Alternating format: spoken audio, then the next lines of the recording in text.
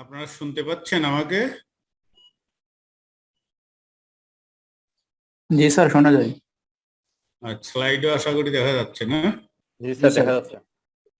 Student তো মাত্র 22 মতো। স্যার 5 মিনিট দেখেন স্যার। 5 মিনিট দেখলে তো আবার আমি পিছিয়ে যাই। সমস্যা হচ্ছে আজকে এই হিসাবটা শেষ করতে হবে, যদিও হয়ে যাবে আশা করা যায়। খুব বেশি অঙ্ক এক্সাম্পল বেশি আসছে তো বেশি সময় লাগবে না। ঠিক আছে, দেখেন।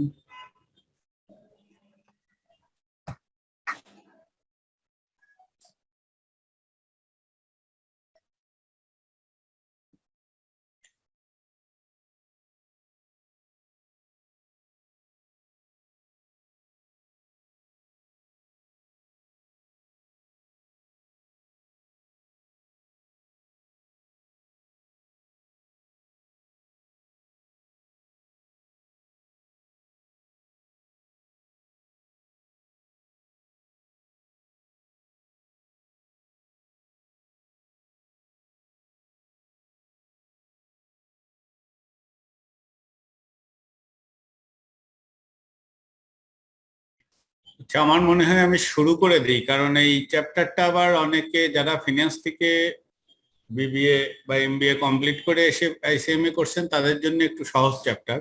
তাহলে স্যার শুরু করেন স্যার। এমনি স্যার 5 মিনিট হয়েও গেছে। থাকতে পারেন। জি আমরা স্যার। গতদিন বলেছিলাম যে আজকে আমরা এখান থেকে শুরু করব।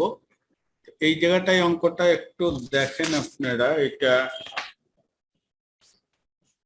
কোথায় কত নম্বরে আছে আমি ঠিক জানি না। এটা একটু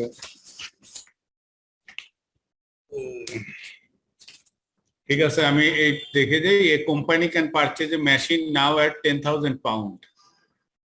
একটা কোম্পানি এখন একটা মেশিন 10,000 পাউন্ডে কিনতে পারে। The company accountant estimates that the machine will contribute 2,500 টাকা pound per annum to profits for 5 years. তার মানে এই মেশিনটা যে আমি 10,000 পাউন্ডে আজকে কিনি যদি, তাহলে প্রতি বছর আমার অতিরিক্ত 2,500 পাউন্ড করে প্রফিট বাড়বে next 5 years. After which time it will have to be scrapped at 500 pound. ওই 5 বছর পরে আমার এই মেশিনটা স্ক্র্যাপ ভ্যালু হিসাবে 500 পাউন্ডে সেল দিয়ে দিতে পারবো। Find the NPV of the machine if the interest rate of the period is assumed to be 5%। তাহলে এটা অঙ্কটা সহজ, আপনারা গতদিন পর্যন্ত যেটা শিখছেন। এখানে হলো যে ইনিশিয়াল ইনভেস্টমেন্ট হচ্ছে 10,000 পাউন্ড, মানে এটা নেগেটিভ ফিগার, আউটফ্লো যেহেতু। পরবর্তী 5 বছর 2,500 করে আসছে, কিন্তু একেবারে শেষ যে 2,500 এর সাথে আরো 500 টাকা বেশি আসবে, কারণ হচ্ছে এই যে মেশিনটা বিক্রি করে যে স্ক্র্যাপ ভ্যালু 500 আসবে।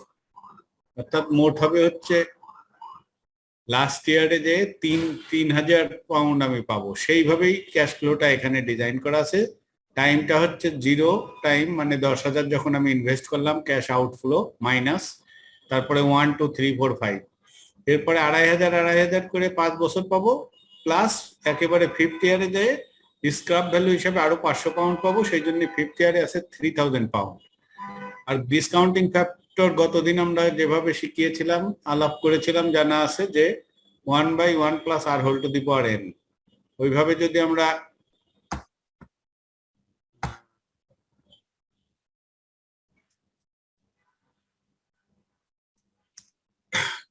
হিসাব করি তাহলে এই নিচের এই ফ্যাক্টর গুলো আমরা পাবো। পেলে তারপরে এই দুটোকে গুণ করে দেব, বেরোয় যাবে প্রেজেন্ট ভ্যালু। দেখেন গুণটা প্রেজেন্ট ভ্যালু, তারপরে এইগুলো যোগ করব, যোগ করলে হচ্ছে 1217। যেহেতু এটা পজিটিভ, তাহলে এনপিভি পজিটিভ। আপনার কাছে চাচ্ছে কি অঙ্কটাই, বলছে যে ফাইন্ড দ্য এনপিভি। সুতরাং এই 12 17 এইটাই সাফিসিয়েন্ট। এখন এরপরে যদি কোনো কমেন্ট করতে বলে যে ওই মেশিনটা কেনা ঠিক হবে কিনা, তাহলে যেহেতু এনপিভি পজিটিভ আসছে বলবেন যে হ্যাঁ ঠিক হবে। So it should be wise two purchase the machine today at 10,000 pound. ব্যাস, অঙ্ক কমপ্লিট। তারপরে এগুলো সব মোটামুটি একই ধরনের অঙ্ক। এই অঙ্কটা মনে হয় পরীক্ষায় আসছে, কোনবার যেন দেখেছিলাম। Compare the following 3 potential investment assuming the investor has a maximum of 15,000 pound to deploy if the prevailing rate of interest is 11%। তাহলে ডিসকাউন্টিং ফ্যাক্টর বের করার 11% পেয়ে গেলেন। আর ইনিশিয়াল আউটলে হচ্ছে 15,000। এখানে দেখেন একটা জিনিস খেয়াল করার, এই অঙ্কগুলো যেগুলো সাধারণত ভুল হয়, যে ইনিশিয়াল আউটলে 3 প্রজেক্টে এ বি সি এর 14,000, এর 14,000, এর 12,000, এই 3টে শূন্যর বিষয়ে খুব সতর্ক থাকবেন। এটা কিন্তু অনেকেই ভুল করে দেখা যায় যে উল্টাপাল্টা করে দেন, যে যদি সব ফিগার হাজারে নিই তাহলে 3টে শূন্য সব জায়গায় অ্যাভয়েড করতে হবে। তো এখানেই আর ক্যাশ ইনফ্লো যেটা হবে সেটার ফিগার গুলো দেওয়া আছে, যেমন ইনভেস্টমেন্ট এর ক্ষেত্রে প্রথম বছরে কোনো ইনফ্লো নাই, পরবর্তী বছরে 6, 8, 10, 10, 10 সব 6 বছর মেয়াদি। তারপরে বিতে গিয়ে এটা প্রথম বছর সবগুলোই 7, এটা সংক্ষিপ্ত ফর্মুলা দিয়েও লেখা যাবে, যেহেতু এটা অ্যানুইটি টাইপের। অ্যানুইটি মানে প্রত্যেকটার ইনফ্লো সেম। তারপরেরটা হচ্ছে ইনভেস্টমেন্ট সি, এখানে প্রথমে 10, তারপরে 8, তারপরে আছে 4টে আছে 5, 5, 5, 5। এই হচ্ছে আমার ক্যাশ ইনফ্লো এবং প্রজেক্টগুলোর চেহারা। 6 বছর পরে কোনো ইনভেস্টমেন্ট এটা আনে না, এইটাই লাস্ট লাইনে বলা আছে। তাহলে এটা আমরা কি করব, আমরা একটু দেখি পরের পৃষ্ঠায়। এই দেখেন এখানে যেহেতু 6 বছর সব ওই একই রকম সোজা, ডিসকাউন্ট ফ্যাক্টর সবগুলোর জন্য এই একটাই। কারণ হচ্ছে কি, কারণ প্রত্যেকটার জন্য 11% rate of interest, 11% rate of interest, discount factor, এগুলো কিভাবে বের করলাম এটা গতদিন আপনারা জেনেছেন, আজকেও বললাম যে প্রথমটা হলো এই ফর্মুলাই হচ্ছে 1/1 plus r whole to the power n। তাহলে যখন t ইকুয়াল টু 0 তখন 1/1 প্লাস আর মানে হচ্ছে 0.11, 1 প্লাস 0.11 হোল টু দি পাওয়ার 0 মানে 1, তারপর এটা হোল টু দি পাওয়ার 1 এইটা, তারপর এটা হোল টু দি পাওয়ার 2 নিচেই। এই সব এইভাবে ক্যালকুলেট করলে আপনি দশমিকের পরে অনেক ঘর আসবে, আপনি 3 ঘর রেখেছেন, 3 ঘর এইভাবে আসবে ডিসকাউন্টিং ফ্যাক্টর। এখন শুধু লিখবেন project A PV, project B PV, project C PV, এটা বের করে প্রজেক্ট এ লিখে এইটা দিয়ে যে ফ্যাক্টর দিয়ে যখন গুণ দেবো তখন পিভি এর কলাম পেয়ে যাব। আর ওখানে আমার ম্যাক্সিমাম ক্যাশ ডিপ্লয়মেন্টের ক্যাপাসিটি ছিল 15,000, কিন্তু কোনোটাতে 15,000 লাগে নাই, এটা 14,000, এটা 14,000, এটা 12,000। তাহলে এইভাবে পিভি গুলো ক্যালকুলেট করে আমি দেখবো যে আমার এনপিভি কত আসে। তাতে এনপিভি আসলে হচ্ছে এইটা, এর ক্ষেত্রে 14.590, বি এর ক্ষেত্রে 15.913, সি এর ক্ষেত্রে 16.096। তাহলে প্রশ্নটা হচ্ছে যে আমার যেহেতু টাকা আছে মাত্র 15,000, তার মানে আমি ইচ্ছা করলে দুটো প্রজেক্ট নিতে পারবো না, কারণ আমি যদি ছোট দুটো নিই তবু আমার 12 আর 14, 26,000 টাকা লাগবে, কিন্তু আমার কাছে আছে 15,000। অতএব আমি এই আমার মনে হয় প্রজেক্ট সিটা হচ্ছে বেশি প্রফিটেবল। এখানে টাকা ইনভেস্টমেন্ট লাগছে কম, কিন্তু এখানে এনপিভি আবার হয়ে যাচ্ছে বেশি। All the investments are worthwhile since they have positive NPVs. Investment C costs the least initially and yet has the highest NPV and so is to be preferred. আশা করি বুঝেছেন। হ্যাঁ স্যার লাস্টেরটায় যদি 12,000 জায়গায় 15,000 টাকা যদি ইনিশিয়াল ইনভেস্টমেন্ট থাকতো, আর যে suppose 16,000 বের হলো, সেক্ষেত্রে আমাদের ডিসিশনটা একটু আমরা কিভাবে নিতে? হ্যাঁ, এটা একটা ভালো প্রশ্ন করেছেন। এইটা সেক্ষেত্রেও আমি নিতাম হয়তো ওই সি প্রজেক্টে নিতাম, যেহেতু ওখানে না, সেক্ষেত্রে তো এখানে যদি 15,000 হতো তখন এখানে 16,000 আসতো না, তো এখানে হয়ে যেত, এখানে 3 কম আসতো, 13,000 আসতো যদি ক্যাশ ইনফ্লো সেম। আমি ওটা বলি না স্যার, যদি আমি হ্যাঁ বলেন। আমি বলছিলাম হচ্ছে যে 12,000 জায়গায় মানে ইনিশিয়াল ইনভেস্টমেন্ট 15,000 আসলো, আর হচ্ছে যে নেট প্রেজেন্ট ভ্যালু সাপোজ এটাই থাকলো, মানে কোনো কারণে সাপোজ। হ্যাঁ হ্যাঁ, তাহলেও এইটা নেওয়াটাই বেটার, এইটা নেওয়াটাই বেটার। যদিও ইনিশিয়াল আউটলে 1,000 বেশি হচ্ছে, তারপরেও এটা মনে হয় যেটা পজিটিভ, আর আপনি টাকাটাও ইনভেস্ট হচ্ছে এবং এখানে একটা ভালো রিটার্নও পাচ্ছেন। নর্মালি আপনার প্রশ্নটা রেইজ করছেন, এটা কিন্তু ওয়াইজ, কারণ হচ্ছে যে আমরা যখন একটা প্রজেক্টের সাথে আর একটা প্রজেক্ট কম্পেয়ার করব, তখন ইনিশিয়াল আউটলে যদি সমান না হয় তাহলে আসলে এনপিভি কম্পারেবল বলে আমি মনে করি না।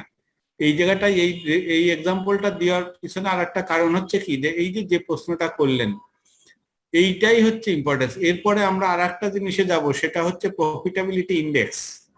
প্রফিটেবিলিটি ইন্ডেক্স হচ্ছে present value of cash inflow divided by present value of cash outflow.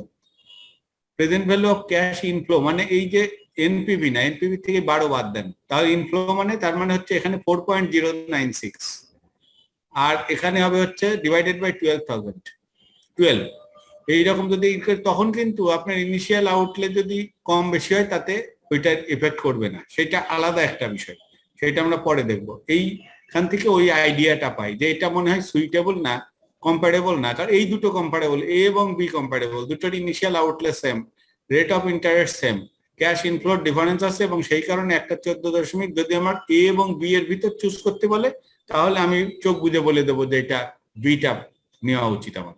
কিন্তু সি এর ক্ষেত্রে একটু বলাটা ঠিকই বলছেন, একটু ডিফিকাল্ট, কারণ এখানে ইনিশিয়াল আউটলে কম। তবে এই অঙ্কের ক্ষেত্রে এটা খুব সহজেই বলে দেওয়া যায় যে আমার জন্য সি প্রফিটেবল বেশি, কারণ সিতে আমার ইনভেস্টমেন্ট কম কিন্তু রিটার্ন অনেক বেশি, এই জন্য এই ক্ষেত্রে বলা যাচ্ছে। আর যদি ওখানে দেখা যেত যে এটাও 15,000 আছে, তখন কিন্তু আসলেই কনফিউশনে পড়ে যেতাম যে এটা কি হবে, বোঝা একটু কষ্টকর হয়ে যেত। ওকে, ঠিক আছে তো? সেক্ষেত্রে আমরা কিভাবে নিতাম স্যার? সেক্ষেত্রে আসতো না, তখন আমরা অন্য অন্য ক্রাইটেরিয়ায় যেতাম, এনপিপি তে যেতাম না। ঠিক আছে? জি স্যার, জি স্যার। পিভির, হ্যাঁ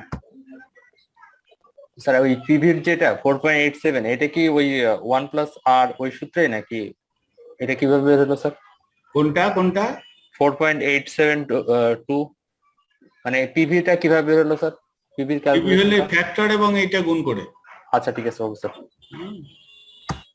এরপরে দেখেন এনপিভির অ্যাডভান্টেজ গুলা কি আছে, এটা একটু যে কোনো বইতেও পাবেন, আপনাদের বইতে আছে, ফিনান্সিয়াল ম্যানেজমেন্টের বইতেও পাবেন, যে NPV is the true measure of an investment. এটা আসলে খুব বেশি ব্যবহার হয়, NPV true measures of investment profitability, it provides the most acceptable investment rule. এই কথাটা খেয়াল রাখবেন, the advantages are recognizes the time value of money, অর্থের সময় মূল্যকে এটা স্বীকৃতি দেয়। Considers all cash flows occurring over the entire life period, কোনো ক্যাশ ফ্লোকে বাদ রাখে না, সবগুলোকে ইনক্লুড করে ক্যালকুলেশন করে। The discounting process facilitates measuring cash flows in terms of PV. এই পিভি এর মাধ্যমে আসলে ডিসকাউন্টিং প্রসেসটা এখানে অ্যাপ্লাই করে সেই পিভিটা বের করা হচ্ছে। There is risk adjustment facilities in this method, a higher discount rate for a high risk project and the vice versa. এইটাও আসে, এইটা একটু খেয়াল রাখবেন, এটা সচরাচর কিন্তু সব জায়গায় লেখা থাকে না। It is consistent with the objective of maximising the share holders wealth, share holders wealth maximisation যে ফিলোসফি সেটার সাথে এটা সামঞ্জস্যপূর্ণ। তা এইটা গেল আমাদের ইসের। এরপরে যেটা আছে প্রবলেম গুলা কি কি এইটার সাথে, এইটার প্রবলেম হচ্ছে estimation of the future interest rate. ওই যে সামনে যে 11% ইন্টারেস্ট রেট আমি ডিসকাউন্ট করলাম, ওইটার গেস করাটা একটা স্পেকুলেটিভ, এইটা একটা প্রবলেম, কারণ ভবিষ্যতে ইন্টারেস্ট রেট কি হবে সেটা তো আমি এখন বেশি আসলে বলতে পারি না accurately. Another problem is the need to estimate annual cash flow, সামনের বছরগুলোতে কি পরিমাণ ক্যাশ ফ্লো আসবে এটাও কিন্তু আমার এস্টিমেশনের বিষয়। Finally, it is a usual, although not indispensable, part of the method of assuming that all cash flows occur at the end of the year. এটা ম্যাক্সিমাম জায়গায় সমস্যা, আমি তো ওই একটা বছরের একটা ক্যাশ ইনফ্লো ধরে নিচ্ছি, আসলে তো একটা বছরে একটা ক্যাশ ইনফ্লো হয় না, এই হাজার হাজার শত শত বা আরো কম হতে পারে, কিন্তু একটা হওয়ার সম্ভাবনা খুব কমই থাকে। কিন্তু আমি ওইটাকে একটা পয়েন্ট অফ টাইমে ধরে নিচ্ছি, সেই পয়েন্ট অফ টাইমটা হলো ইয়ার এন্ড, আর ক্যাশ ফ্লো হচ্ছে একটা সিঙ্গেল ফিগার, এটাও একটা demerits. Caution needs to be applied when alternative projects with unequal life cycle। এই যে এখানে দেখেন যে ওখানে আমরা দেখলাম যে এবিসি তিনটে প্রকল্পেরই লাইফ সমান 6 বছর, কিন্তু যদি এক একটার এক এক রকম হতো তাহলেও একটু কমপ্লিকেটেড হতো, কিন্তু রাস্তা আছে, সে অঙ্ক এই আপনাদের এই সিলেবাসে নাই, ফিনান্সিয়াল ম্যানেজমেন্টের বইতে আছে। এইটা গেল। তারপরে আসি ভ্যালু অফ অ্যান অ্যানুইটি। এখন এই যে অ্যানুইটি আমরা যে এতক্ষণ মাঝে মাঝে বলেছি, এটা কি জিনিস সেটা আমরা একটু দেখব। অ্যানুইটি বলেছি যে series of receives or payments of a fixed amount, এই ফিক্সড অ্যামাউন্টটা important, for a specified number of periods or years. It is a pattern of cash flows that are equal in each year. প্রত্যেকটা time গ্যাপে সমপরিমাণ টাকার আসবে অথবা যাবে। The interval is generally a year, but it may be of 6 months or a quarter or a month. যে কোনো interval হতে পারে। তার মানে অ্যানুইটি হচ্ছে যে একটা নির্দিষ্ট টাইম পর পর একটা সমপরিমাণ টাকা হয় পাবো নয় দিব, যে কোনো একটা, এটা হচ্ছে অ্যানুইটি। সাধারণত বছরকেই আমরা চিন্তা করি, মাথার ভিতরে রাখি। Mainly two types of annuity problems, একটা হলো compound value of an annuity, একটা হচ্ছে present value of an annuity. Present value আর কম্পাউন্ড ভ্যালু হচ্ছে টার্মিনাল ভ্যালু বা ফিউচার ভ্যালু বলা হয়।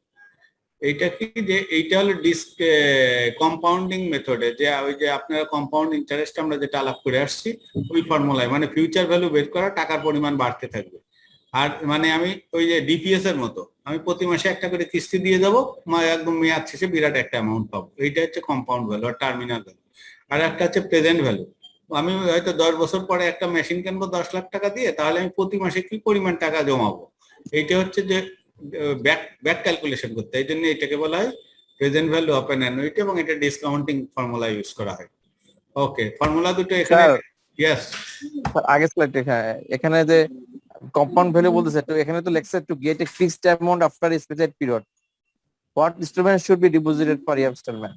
এখানে আমি এখানে ভবিষ্যতে একটা ফিক্সড টাকা পাবো, হ্যাঁ, আমি সাপোজ হয়তো ভবিষ্যতে 20 লাখ টাকা পাইতে চাই, এখন কত টাকা ইনস্টলমেন্ট দিব, বা সাপোজ হোম লোন, এইটা তো মানে উল্টাটা হইলে মনে হয় জিনিসটা। স্যার আপনি যেটা বললেন যে না আমরা ডিবিএস এর মতো, এটা তো ডিবিএস এর মতো না। না না না না না না না না না, এইটা হলো যে এইটা হলো প্রেজেন্ট ভ্যালু, মানে ভবিষ্যতের একটা টাকাকে আপনার আগেরটা বলুন, কম্পাউন্ড আমরা ভ্যালু বলতেছিলাম। হ্যাঁ এনপিভি ক্যালকুলেশন করে আসলাম যে ফর্মুলা। কম্পাউন্ডটা বলছিলাম, কম্পাউন্ড আগেরটা এক নাম্বারটা বলছিলাম। কম্পাউন্ডটা হলো যে সামনে একটা বড় টাকার আশায় আমি প্রতি বছর জমা দিতে থাকবো। গেট এ ফিক্সড অ্যামাউন্ট, হ্যাঁ এটা হয়তো বা আমি এটা ফিক্সড অ্যামাউন্টও হতে পারে, আবার এইরকম হতে পারে যে ওই যে এটা ফিক্সড অ্যামাউন্ট। যেমন আপনি যদি ব্যাংকে যান, ব্যাংকে যায় যদি বলেন যে আমি একটা মিলিয়নিয়ার স্কিম করব, হ্যাঁ ওই টাইপের। এই কথা বলেন কে একটু সাইলেন্ট করেন।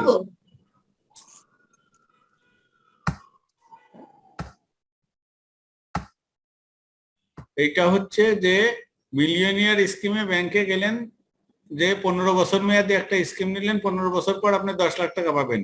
ব্যাংকার আপনাকে একটা মাসের কিস্তি ফিক্স করে দেবে, ওইটা জমা দিতে দিতে থাকবেন, দেখবেন যে ঠিক 15 বছর পরে যে আপনি 10 লাখ টাকা পেয়ে গেছেন। আর এইটা হলো প্রেজেন্ট ভ্যালু, যে ফিউচারে মনে করেন যে আপনাকে ভবিষ্যতে একটা স্কিম থেকে মাসে মাসে মাসে মাসে একটা টাকা দেবে, আপনি এটা ইভ্যালুয়েট করতে চাচ্ছেন যে আজকে যে আমাকে বলছে যে এত টাকা দিলে সে এটা দেবে, সেই এত টাকাটা আসলে কত হয় সেইটা হচ্ছে ব্যাক ক্যালকুলেশনে বের করা। ঠিক আছে, এইটুকু খেয়াল রাখেন। একটা হলো কম্পাউন্ডিং ফর্মুলা, একটা হলো ডিসকাউন্টিং ফর্মুলা, এটাই আমরা ব্যবহার করব এখানে। এরপরে হ্যাঁ 2 নম্বরটা সম্ভবত পেনশন স্কিমটার মতো হয় কি, পেনশন স্কিম 2 কোনটা? নম্বরটা পেনশন স্কিমটা 2 নম্বরের মতো হইতে পারে আর কি। পেনশন স্কিম, হ্যাঁ হ্যাঁ পেনশন স্কিম, এটা হতেই পারে। যেমন আমার এখন কত টাকা জমা দিতে হবে ভবিষ্যতে যদি এইভাবে টাকা আসে, ঠিক আছে, তার মানে আমি একটা জানি সোজা কথা, ফিউচার হোক প্রেজেন্ট হোক, প্রেজেন্টেরটা যদি আননোন থাকে আমি সেটা বের করতে চাই, ফিউচারের গুলো নোন, তাহলে আমাকে পিভির সিস্টেমে যেতে হবে এবং ডিসকাউন্ট করে আসতে হবে। আর যদি জানি যে আমার ভবিষ্যতে কত পাবো সেটা জানি না, এখন একটা কিস্তি সমান তাহলে দিয়ে গেলাম, তাহলে ভবিষ্যতে কত পেতে পারি সেটা হচ্ছে যে কম্পাউন্ডিং ফর্মুলা দিয়ে আমি বের করতে পারি। স্যার হুম, স্যার অ্যানুইটি তো একটা হচ্ছে অ্যানুইটি ডিউ আর একটা হচ্ছে পারপেচুইটি, আর এটা তো অর্ডিনারি অ্যানুইটি, তাই তো স্যার? ওই আলোচনায় এখনো যাই নাই। না স্যার, উনি পেনশন কথা বলছিল, পেনশনটা কি পারপেচুইটির মধ্যে না স্যার? হ্যাঁ পেনশনটা পারপেচুইটির মতো, তবে ইন্স্যুরেন্স কোম্পানির অনেক পেনশন স্কিম আছে যেগুলো পারপেচুইটি না হইতে পারে, আপনাকে একটা নির্দিষ্ট বয়স পর্যন্ত দেবে। সেটা হতে পারে যে বয়সের ওই বয়সে পৌঁছানোর আগেই যদি মারা যায় তাহলে পরে তো এটা পারপেচুইটিতে গেল। এগুলো আসলে বাস্তব জীবনে সিচুয়েশন বুঝে আপনাকে ডিসিশন নিতে হবে এবং ক্যালকুলেশন করতে হবে। এগুলো বইতে যেটা আছে এগুলো স্ট্যান্ডার্ড। ওকে, এখানে দেখেন টার্মিনাল ভ্যালুর দুটো ফর্মুলা দেওয়া আছে, এর ভিতরে এম আছে। এম মানে হচ্ছে যে এখানে এম যদি না রাখতাম তাহলে এটা ইয়ারলি অ্যানুইটি হয়ে যেত আর কি। এম রাখা মানে এটা যে কোনো সময়ের হতে পারে, এটা উইকলি, মান্থলি, ফোর্টনাইটলি, তারপরে কোয়ার্টারলি, হাফ ইয়ারলি, যে কোনোটা হতে পারে। সেই অনুযায়ী এম এর মান আগে আমরা যেভাবে শিখেছি ওইভাবে বসাবেন। আর হচ্ছে রেট অফ ইন্টারেস্ট আর ডিসকাউন্ট, আর এন হচ্ছে নাম্বার অফ ইয়ার্স। এ হচ্ছে ইনস্টলমেন্ট, ইনস্টলমেন্ট, এটা খেয়াল রাখবেন, এ হচ্ছে ইনস্টলমেন্ট আর টিভি হচ্ছে টার্মিনাল ভ্যালু আর ফিউচার ভ্যালু। এইটাই হচ্ছে, এখন দুটো ফর্মুলা কিন্তু একই, শুধু একটা ফ্যাক্টরের ডিফারেন্স আছে, সেটা হচ্ছে 1+r/m। এইটার ক্ষেত্রেই একটু বলে রাখি যে if the installment are deposited at the first date of each interval তাহলে এই ফর্মুলা, আর যদি at the end of the interval হয় তাহলে এই ফর্মুলা। এইটাকে বলা হয় একটা অ্যানুইটি ডিউ, আর একটা হচ্ছে ইমিডিয়েট অ্যানুইটি। ইমিডিয়েট অ্যানুইটি হচ্ছে যে যেটার শেষের দিন জমা দেওয়া হয়, যে প্রত্যেক ইন্টারভেলের শেষে যেটা জমা দেওয়া হয়। যেমন আপনি আজকে একটা লোন নিলেন, তার কিস্তি 1 মাস পর পর শুরু হবে। আজকে যেহেতু লোন নিলাম 0 টাইমে, 1 মাস পরে ফার্স্ট কিস্তি, যেহেতু এটা টাইমের শেষে যেয়ে শুরু হলো, অতএব এইটা হচ্ছে ইমিডিয়েট অ্যানুইটি বলা হয়। খেয়াল রাখবেন, ইমিডিয়েট মানে একটু কনফিউজিং, কিন্তু ইমিডিয়েট মানে মনে হয় এক্ষুনি, কিন্তু এখানে ইমিডিয়েট মানে হচ্ছে যেটা ওই টাইম গ্যাপের শেষে যায় যেটা পাই অথবা দিই, আর যেটা একদম সাথে সাথে সেইটাই হচ্ছে অ্যানুইটি ডিউ, এবং সেটা হচ্ছে এই যে উপরের ফর্মুলাটা, এবং এখানে একটা ফ্যাক্টর বেশি আছে। দুটো ফর্মুলা সেম, কিন্তু অ্যানুইটি ডিউ এর ক্ষেত্রে যেটা ফার্স্ট ডেটে টাকা জমা পড়ে সেটা হলো একটা ফ্যাক্টরের সাথে গুণ করতে হয়। আমরা এর উপর একটা অঙ্ক দেখি। এইটা একটা ডিপিএস এরই অঙ্ক এবং বাস্তব জীবনেরই অঙ্ক বলতে পারেন, যে এ ডিপোজিটর ডিপোজিট টাকা 500 at the first day of each month for next 10 years. The interest rate is 15% per annum. What amount the depositor will get at the end of 10 years? 10 বছর পরে সে কত পাবে? এটা খেয়াল রাখেন যে 500 টাকা করে দেয়, ফার্স্ট ডে অফিস মান্থের কথা লেখা আছে, কিন্তু ইয়ার লেখা নেই। মান্থ যেহেতু আছে তাহলে এম এর মান 12 এবং এম দিয়ে ফর্মুলাটা সাজাতে হবে। দিয়ে তারপর ওই ফর্মুলাটা এইভাবে লিখলেন, যেহেতু এটা ফার্স্ট ডে আছে অতএব এই ফ্যাক্টরটা এখানে আসবে, এসে আপনি মানগুলো বসিয়ে সিম্পলিফাই করলেন, 10 বছর পরে আপনি পাবেন 1,39,329 টাকা। আশা করি এটা ক্লিয়ার। এবং আমরা আর একটা দেখি, এইটা এখানে বলছে লাস্ট ডে। লাস্ট ডে এর ক্ষেত্রে দেখেন এই ফ্যাক্টরটা নাই, আগের অঙ্কটার ক্ষেত্রে যে ফ্যাক্টরটা ছিলাম এই অঙ্কটার ক্ষেত্রে কিন্তু সেই ফ্যাক্টরটা নাই। এখানে ওই একই কন্ডিশন আছে, তাহলে টাকা হবে কত? 1,37,609 টাকা। তাহলে দেখেন ফার্স্ট ডে আর লাস্ট ডে হওয়ার কারণে টাকার ডিফারেন্স হয়ে যাচ্ছে, কিন্তু ওখানে ছিল 1,29,329, এখানে 1,37,000, মানে বেশ একটা এটা হচ্ছে 39 না, হ্যাঁ 39,000, 37,000, 2,000 টাকার প্লাস একটা গ্যাপ হয়ে যাচ্ছে, এটা খেয়াল করার বিষয়। এইটা গেল হচ্ছে ফিউচার ভ্যালু আর টার্মিনাল ভ্যালু অঙ্ক না, ডিপিএস টাইপের। এরপরে আমরা আসি present value of an annuity. Present ভ্যালুর ক্ষেত্রে ফর্মুলার চেহারা কিন্তু আলাদা, একটু বি কেয়ারফুল। এইটা ইমিডিয়েট অ্যানুইটি যেটা আছে সেখানে এইটা, আর যেটা অ্যানুইটি ডিউ সেখানে যে এই ফ্যাক্টরটা চলে আসছে। এই নিচের ফ্যাক্টরটাতে আমি আর বসাই নাই, কিন্তু এখানেও আর বসাইলে পরে ওই উপরেরটার মতোই হয়ে যাবে। আর বসলে কিন্তু আর কে এম দিয়ে ভাগ করতে হবে, আর এন কে এম দিয়ে গুণ করতে হবে। এখানে এম আছে, এখানে এম নেই, ডিফারেন্স শুধু এখানে। আর একটা ফ্যাক্টর উপরে নিচে আছে যেটা অ্যানুইটি ডিউ। ইমিডিয়েট অ্যানুইটির ক্ষেত্রে কিন্তু এই ফ্যাক্টরটা নেই, যেটা আমরা এর আগেও দেখে আসলাম। ঠিক আছে, তাহলে এই ফর্মুলার হচ্ছে প্রেজেন্ট ভ্যালুর ফর্মুলা, বি কেয়ারফুল। এবং এর উপরেও দুটো অঙ্ক আছে, দেখেন এই যে এখানে একটা অঙ্ক দেওয়া হয়েছে যে mister David takes a loan of টাকা 10 lakh from a financial institution at 12% interest for a monthly repayment of 15 years. What would be the amount of each installment? Monthly repayment মানে 15 বছর, মানে মান্থ হবে 180টা মাস। তাহলে এখানে দেখেন প্রেজেন্ট ভ্যালু হচ্ছে 10 লাখ, আমি যেটা লোন নিলাম, আর এর value 12% rate of interest, N হচ্ছে 15 মানে 15 বছর, এম হচ্ছে 12 যেহেতু এটা মান্থলি। ওই প্রেজেন্ট ভ্যালুর ফর্মুলা এটা হচ্ছে, লোন যদি আমি আজকে নিই তাহলে ফার্স্ট পেমেন্টটা দেবো 1 মাস পরে, যেহেতু এটা মান্থলি ইনস্টলমেন্ট, তার মানে মাসের শেষে যাচ্ছে, এই জন্য এই ফ্যাক্টরটা আসে না। এটা অ্যানুইটি ডিউ এর ফর্মুলা, অ্যানুইটি ইমিডিয়েট অ্যানুইটির ফর্মুলা না, অ্যানুইটি ডিউ এর ফর্মুলা। এবং এইটা এই ফর্মুলাতে আমি সব বসিয়ে দিলাম, দিলে পরে আমার মাসিক কিস্তি আসছে 12,002 টাকা। এইভাবেই কিন্তু এই যে বিশেষ করে মর্টগেজ লোন বা হাউস বিল্ডিং লোন টোন গুলার যে কিস্তি ফিক্স করে এটা কিন্তু এই ফর্মুলায় করে। এইটা একটু খেয়াল করেন। এর সাথে আর একটু মাঝে মাঝে কিছুটা বাস্তব জটিলতা থাকে, সেটা ভিন্ন জিনিস পরে বুঝতে পারবেন নিজেরাই, কিন্তু স্ট্যান্ডার্ড নিয়ম হচ্ছে এইটা। তো আবার একটু বলবেন এটা এটা কি ডিউটা না ইমিডিয়েটটা? না, এইটা এইটা টাকাটা জমা করছে, এটা ইমিডিয়েট অ্যানুইটি, এটা ইমিডিয়েট অ্যানুইটি, সেই জন্য এর সাথে ফ্যাক্টরটা নাই। ইমিডিয়েট অ্যানুইটি মানে যে মাসের শেষে ফার্স্ট কিস্তি জমা করবে। জি, ঠিক আছে, এরপরে যান, এইটা অ্যানুইটি ডিউ। এখানে দেখেন ওই ফ্যাক্টরটা চলে আসছে, একই অঙ্ক ফ্যাক্টরটা চলে আসছে। এখানে কিস্তি কমে হচ্ছে 11,883 টাকা, একদম সেম অঙ্ক, শুধুমাত্র ফর্মুলাটার ডিফারেন্স, কারণ হচ্ছে অ্যানুইটি ডিউ আর অ্যানুইটি ইমিডিয়েট অ্যানুইটি এইটা আসছে। এইটা একটু খেয়াল রাখবেন, ফার্স্ট ডে না লাস্ট ডে। স্যার দুইটা সেট আগে আমরা যে সূত্রটা দেখছি ওই দুটো কি এনএটি ডিও এর সাথে মিলে স্যার এখানে? হ্যাঁ, আর দুইটা সেট আগে যে আমরা সূত্রগুলো দেখছি ওটা কি এনএটি ডিওর সাথে মিলে, যে ফার্স্ট এবং লাস্টে জমা দিলে হ্যাঁ, হ্যাঁ, হ্যাঁ, একই রকম, একই রকম। সেম? একটা বিষয় হচ্ছে যে আপনাদের খুব সম্ভবত ইমিডিয়েট অ্যানুইটির অঙ্কই থাকবে, কারণ এই আপনাদের এই সীমার বইতে আমি যা দেখলাম তাতে সবাই ইমিডিয়েট অ্যানুইটির সাথে মিল আছে আর কি। তা আমি এখানে যেহেতু দুটো বিষয়ই নিয়ে আসছি, অ্যানুইটি ডিউটা অর্থাৎ এই যে বাড়তি যে একটা ফ্যাক্টর, এইটা নাও থাকতে, আর এমনও দেখা গেছে যে বইতে আসলে কিছুই বলে নাই, লাস্ট কে কি ফার্স্টে কিছু বলে নাই, তখন আপনারা যে যেটা ইচ্ছা সেটা দিয়েই করবেন, দুই অ্যান্সারই 100% কারেক্ট হবে।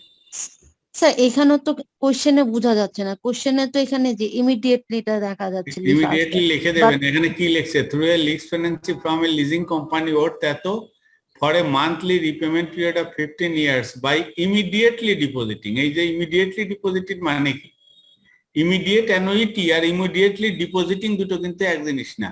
ইমিডিয়েটলি ডিপোজিটিং মানে যে এক্ষুনি আপনি ডিপোজিট করছেন, তার মানে এটা অ্যানুইটি ডিউ, ইমিডিয়েট অ্যানুইটি না। বুঝতে পারছেন? জি, ইমিডিয়েট অ্যানুইটি মানে হচ্ছে ফার্স্ট ডে, মানে এক্ষুনি আপনি যখনই ব্যাংকে গেছেন তখন টাকা দিয়েছে, তখনই ফার্স্ট কিস্তি জমা দিতেছেন, এইটা হচ্ছে ইমিডিয়েট অ্যানুইটি, ইমিডিয়েটলি ডিপোজিটিং। কিন্তু এটা কিন্তু অ্যানুইটি ডিউ, খেয়াল রাখবেন। আর ইমিডিয়েট অ্যানুইটি যেটা, এটা কিন্তু এই যে আজকে টাকা নিয়ে গেলাম, 1 মাস পরে এসে প্রথম কিস্তি দিয়ে যাবো। বুঝতে পারছেন? স্যার আর একবার প্লিজ। হ্যাঁ, ক্লিয়ার না? তা আমি ক্লিয়ার, যে আপু একজন কোশ্চেন করছে। স্যার এই যে এখানে ইমিডিয়েট ডিপোজিট বলতে কি অ্যানুইটি কি যেন বললেন, এটা আরেকবার একটু বলেন। ইমিডিয়েট ডিপোজিটিং মানে যে অবিলম্বে, এক্ষুনি। তাই এক্ষুনি যেটা মানে ফার্স্ট ডেতে যেটা ডিপোজিট করা হয় সেটা কিন্তু ইমিডিয়েট অ্যানুইটি না, সেটা হলো অ্যানুইটি ডিউ। ঠিক আছে, অ্যানুইটি ডিউ, এটা খেয়াল রাখতে হবে। Okay sir. নেক্সট আমরা যাই, এখানে দেখেন, এখানে দুটো বিষয় মনে হয় আছে। An investor is considering two annuities, both of which will involve the same purchase price. Annuity A pays £5,000 each year for 20 years. Annuity B pays £5,500 each year 15 years. Both start payment 1 year after purchase. এই যে 1 year after purchase মানে এটা কিন্তু immediate annuity. 1 year after purchase মানে মনে করেন আমি একটা ওই যে সিঙ্গারের রেফ্রিজারেটর কিনলাম, ফ্রিজ কিনলাম, আমি যে আজকে কিনে নিয়ে গেলাম, 1 মাস পরে টাকা জমা দেওয়া শুরু, কিস্তি জমা দেওয়া শুরু করলাম, বাকিতে বা কিস্তিতে, গেস্টেশন পিরিয়ড। হ্যাঁ, তখন ওই যে 1 মাস পরে যে কিস্তি জমা দেওয়া গেল, এটা হলো ইমিডিয়েট অ্যানুইটি। এখানেও তাই, যে 1 year after purchase and neither is affected by the death of the investor. আচ্ছা, assuming a constant interest rate of 8%, which is the better? 8% আমি পেয়ে গেলাম ডিসকাউন্টেড বাই ইন্টারেস্ট রেট। এখানে একটা 15 বছর, একটা 20 বছর, এবং এখানে আপনাকে বলছে যে পিভি বের করতে, প্রেজেন্ট ভ্যালু বের করতে। তো প্রেজেন্ট ভ্যালু ফর্মুলা তো আমাদের এটা জানা আছে, এ বাই আর, এখানে এম নাই কারণ বছরের, 1 - 1 / 1 + r whole to the power n, এইটাই ফর্মুলা। দুটোর ক্ষেত্রে এই ফর্মুলা অ্যাপ্লাই করলাম, করে দেখলাম একটা আসে 49,090 টাকা 74 পয়সা, আর একটা আছে 47,077 টাকা 13 পয়সা। From the view point of PVs, therefore annuity A is better choice. Annuity A is better choice, যে আমি প্রতি বছর এই অ্যানুইটি এ মানে যে annuity A pace 5000 ECR for 20 years, এইটা আমার জন্য লাভজনক হবে। কারণ হচ্ছে কি যে আমি 5000 এখানে 500 পাউন্ড করে কম পেলেও 5 বছর বেশি পাবো টাইম, কিন্তু এখানে 500 পাউন্ড বেশি দিচ্ছে কিন্তু 15 বছরে শেষ হয়ে যাবে।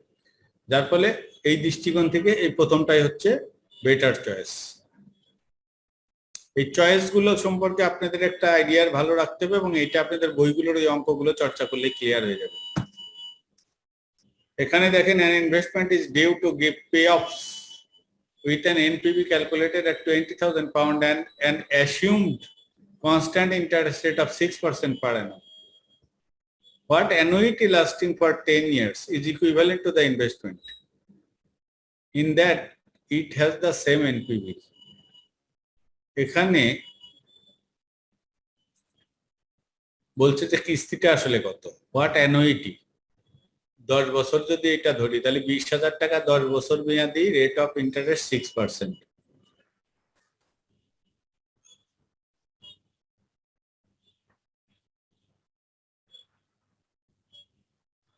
তো এখানে ওই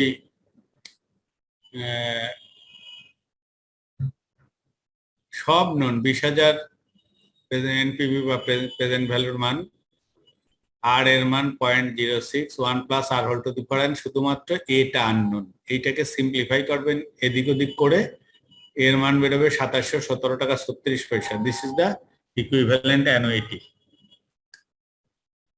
ঠিক আছে স্যার এটা কোন সূত্রটা অ্যাপ্লাই করলো? আর এটা হচ্ছে যে PV equal to A by r, PV present ভ্যালুর ফর্মুলা। আচ্ছা, তা 20,000 কি এটা প্রেজেন্ট ভ্যালু দিয়ে দিচ্ছে? হ্যাঁ, প্রেজেন্ট ভ্যালু বা নেট প্রেজেন্ট ভ্যালু একই কথা। এটা এই অঙ্কের ক্ষেত্রে এটা ওই ইনিশিয়াল আউটলের সাথে মাইনাস করে দিচ্ছে, যেহেতু ইনিশিয়াল আউটলেটাও 0 টাইমের, সেই জন্য ওইটা মাইনাস করে 20,000টা লিখছে। এটা ডিউ, এটা কি এনি ডিউ ফর্মুলা? এটা কি any due formula? PV formula, PV, ও। কিন্তু ফিগারটা দিচ্ছে এনপিভি করে। এরপরে দেখেন এই অঙ্ক একই অঙ্ক, এগুলো আর নতুন করে কিছু করাবো না। এটা মানে একই, ওই ডুপ্লিকেশন, ইসের স্লাইড ডুপ্লিকেট হয়ে গেছে সম্ভবত নাকি। এই যে এটা একটা আছে 10 ইয়ার্স, একটা 20 ইয়ার্স, তাহলে কিস্তির ডিফারেন্সটা কি হচ্ছে সেটা দেখানোর জন্য এই যে 12,000 কিস্তি, date of the purchase assuming a rate of interest 6%, what PV of the annuity, purchase lives of 10 years and 20 years. In order to practice both methods, use the tables. Table use করতে বলছে, আপনাদের table use লাগবে না, আপনারা formula দেখে করবেন এটা। এরপরে আসেন পারপেচুইটি।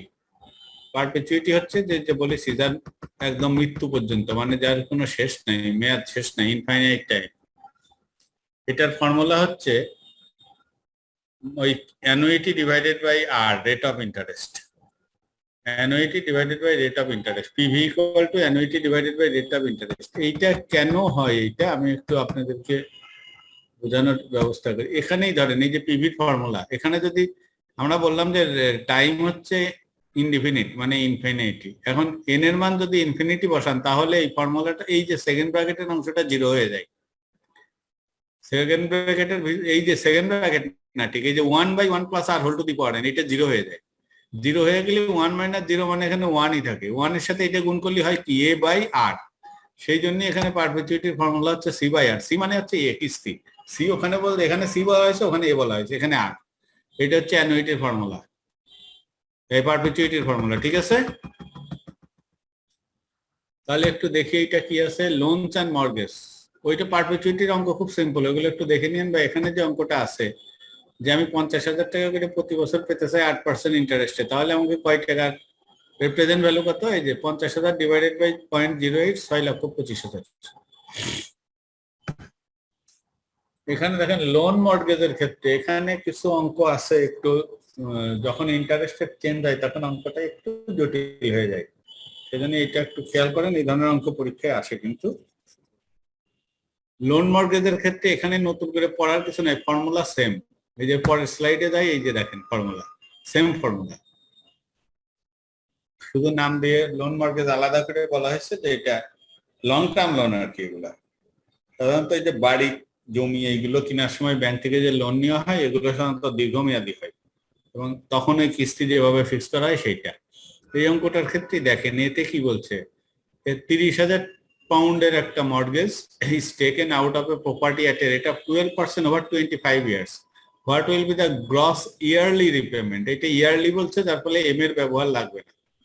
আপনি ফর্মুলা অনুযায়ী যে এম এখানে নোটেশনের কাছে এমটা দিয়ে দিচ্ছে আর কি, যে এম হচ্ছে প্রেজেন্ট ভ্যালু। খেয়াল রাখবেন এই মর্গেজের কারণে পিভির জায়গায় এম বসিয়ে দিচ্ছে। M equal to A by R, এখানে পি বাই আর দিচ্ছে, নো প্রবলেম, আপনি এ বাই আরও দিতে পারেন। 1 - 1 + r whole to the power n। এইটাকে সব ডেটাগুলো আপনি দেওয়া আছে শুধু পি বাদে। এই পি এর জন্য যখন এটা সলিউশন করলেন পি ইকুয়াল টু 3825। এরপরে বলছে বি নাম্বারে, এই অংশটাই একটু জটিল লাগতে পারে। After 2 years of the mortgage, এ নাম্বারের অঙ্ক কিন্তু হয়ে গেল। বি নাম্বারে এসে বলছে যে 2 বছর পরে the interest rate increases to 14%। 2 বছর পরে আসলে এই যে 12% ইন্টারেস্ট ছিল না, এটা হয়ে গেল 14%। তাহলে এখন নতুন কিস্তি কত হবে? এই অঙ্কটা একটু করার সময় খেয়াল রাখতে হবে যে প্রথমে তো আমি কিস্তি ফিক্স করলাম এই যে 3825 টাকা। এইভাবে যদি সারা জীবন যদি ওই 25 বছর ব্যাপী যদি 12% ইন্টারেস্ট থাকতো তাহলে পরে এই কিস্তি আমি 25 বছর দিয়ে যেতাম। কিন্তু সমস্যা হচ্ছে যে 2 বছর পরে ইন্টারেস্ট রেট বাড়ায় দিয়েছে 14%। 14 পাইলে তখন আর এই কিস্তি থাকবে না, 3825 থাকবে না। তখন কিস্তি কত হবে সেইটা আবার বের করতে হবে। সেইটাই হচ্ছে আপনার রিকোয়ারমেন্ট। কিস্তি বের করতে হলে 2 বছর পরে আসলে আপনার এখানে ব্যালেন্স থাকে কত, প্রিন্সিপাল ব্যালেন্স থাকে কত, সেইটা বের করতে হবে। তো 2 বছর পরে প্রিন্সিপাল ব্যালেন্স, এখন আপনার টাকা ছিল 30,000, এইটা 12%-এ 1 বছরের ইন্টারেস্ট কত হয়? 12%-এ 1 বছরের ইন্টারেস্ট হয় 3600 টাকা। এটা তো ক্লিয়ার যে 30,000 ইন্টু 12% বা 0.12 সমান 3600 টাকা হচ্ছে প্রথম বছরের ইন্টারেস্ট।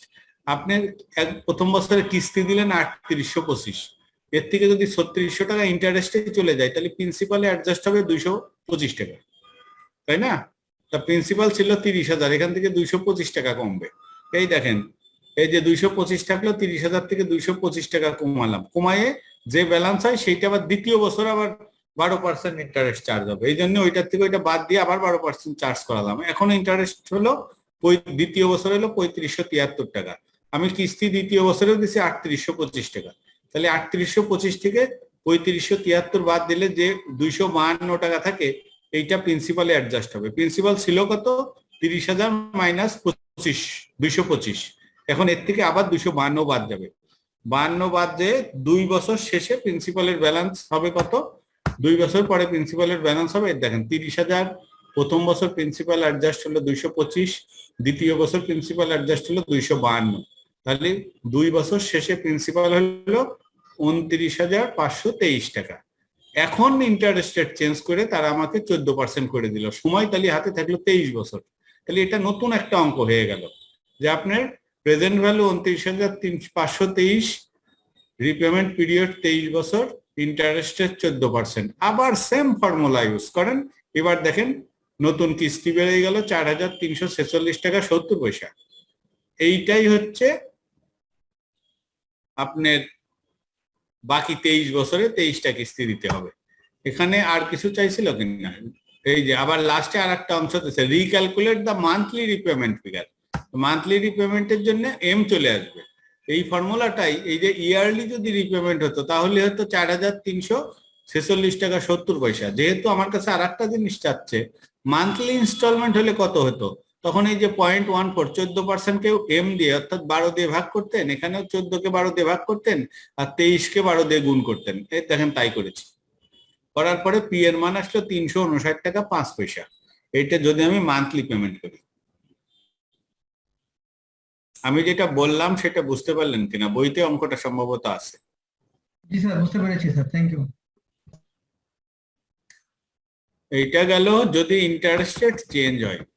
স্যার ওই এরপরেও আর একটা অঙ্ক অ্যাডজাস্টমেন্টের দিছি অ্যামাউন্ট গুলো, হ্যাঁ এই যে 1 বছর পর 222, তারপর 252, এই জিনিসগুলো। হ্যাঁ, এটা হচ্ছে আপনি কিস্তি দিলেন তো 2 বছর 3825 করে, তাই না? জি। আপনি প্রথম টাকা ছিল 30,000, প্রথম বছর এর উপরে 12% ইন্টারেস্ট হবে কত?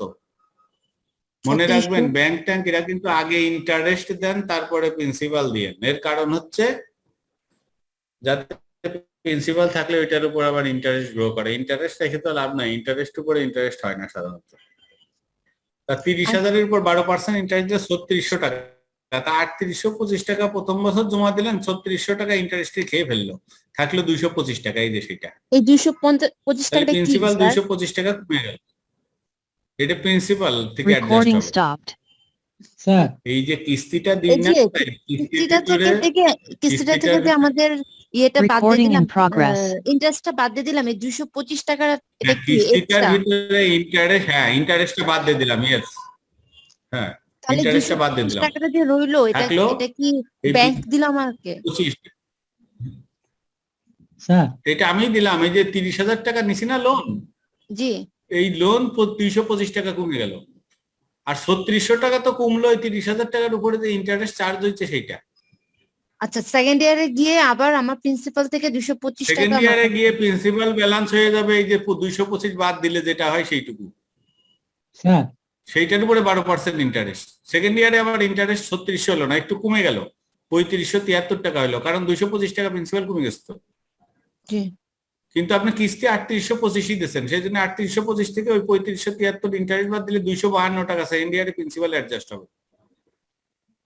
স্যার আমরা এটাকে হ্যাঁ, এই স্যার এইভাবে ফরম্যাটটা ভাবে করতে পারি না স্যার, এই যে অ্যামোর্টাইজেশন মতো আপনি beginning দিলে? সব অন্য যে কোনো ভাবে করতে পারেন, কোনো সমস্যা নেই। জি স্যার। এই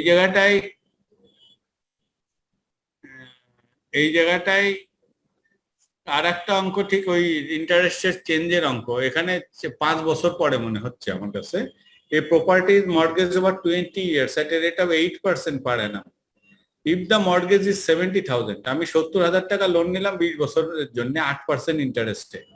তাহলে এখানে বলছে, প্রথমে বলছে যে তাহলে অ্যানুয়াল ইনস্টলমেন্ট কত হবে? এটা সোজা, M = P/R। এটা যেহেতু এখানে অ্যানুয়াল ইনস্টলমেন্ট M এর ব্যবহার নাই, এখানে P এর মান পেলাম 7,129 টাকা 66 পয়সা। এরপরে বলছে if after 5 years the rate is reduced to 7.5%, 8% ছিল, এটা 7.5% হয়ে গেল, তাহলে এখন ইনস্টলমেন্ট কত হবে? তার মানে আপনাকে 5 বছর ক্যালকুলেশন করে যেতে হবে। আগের অঙ্কটা যেমন 2 বছর পরে ইন্টারেস্ট রেট চেঞ্জ হয়েছিল, আমরা 2 বছর আলাদা আলাদা ইন্টারেস্ট বের করে কিস্তি থেকে সেটা বাদ দিয়ে প্রিন্সিপালে কত অ্যাডজাস্ট হবে সেটা বের করে নিছিলাম। এখানে 5 বছর এটা করতে হবে। প্রথম বছর প্রিন্সিপাল ছিল আমার 70,000, তার উপরে ইন্টারেস্ট আমি 8% চার্জ করলাম, করলে পরে তাহলে 70,000 থেকে 1 বছরের ইন্টারেস্ট 70,000-এর সাথে যোগ হবে, তার থেকে আমি বাদ দেব হচ্ছে আমার কিস্তিটা। বাদ দিলে প্রথম বছর শেষে প্রিন্সিপাল ব্যালেন্স থাকবে 68,470 টাকা 34 পয়সা। এই সিকোয়েন্সটা আপনারা অন্যভাবেও করতে পারেন, একটু জায়গা নিয়েও করতে পারেন, যে প্রথমে 70,000 টাকা আমার প্রিন্সিপাল ব্যালেন্স, তার উপরে 8% ইন্টারেস্ট চার্জ করলাম, 27,5600 হলো, আমি কিস্তি জমা দিলাম 7,129 টাকা 66 পয়সা। এখান থেকে আগে 5600 ইন্টারেস্ট বাদ দেন, বাদ দিলে যেটুকু থাকে সেইটুকু প্রিন্সিপাল 70,000 থেকে বাদ দেবে, বাদ দিয়ে থাকবে 68,470 টাকা 34 পয়সা। দ্বিতীয় বছরে এইটাই হবে ওপেনিং প্রিন্সিপাল, আবার এইটার উপরে 8% চার্জ হবে, হয়ে ইন্টারেস্ট যেটা হবে ওই কিস্তি থেকে সেটা বাদ দিবেন, বাদ দিয়ে যেটা থাকে সেটা থেকে প্রিন্সিপাল থেকে বাদ দিয়ে এইভাবে ধারাবাহিকভাবে 5 বছর পরে আপনার প্রিন্সিপাল ব্যালেন্স থাকবে 61,026 টাকা 10 পয়সা। এইটা হবে। এবং 5 বছর পর যেহেতু আমি লোন নিয়েছিলাম 20 বছর মেয়াদি, সামনে আমার সময় আছে আর 15 বছর, 15 বছর 7.5% আর প্রিন্সিপাল ব্যালেন্স 61,026 টাকা 10 পয়সা। এই তিনটে নিয়ে আবার রিক্যালকুলেট করেন, পি এর মান এবার আসলো 6,913 টাকা 48 পয়সা। এই ইন্টারেস্ট রেট কমে যাওয়াতে এখন কিস্তিও কমে গেল। ঠিক আছে, এই অঙ্কগুলো একটু নিজে হাতে চর্চা করবেন, নাহলে কিন্তু খেয়াল থাকবে না, আগে বলে দিচ্ছি। এগুলো শুধু অঙ্কই দেখে গেলে পড়ে গেলে হয় না। ক্লিয়ার?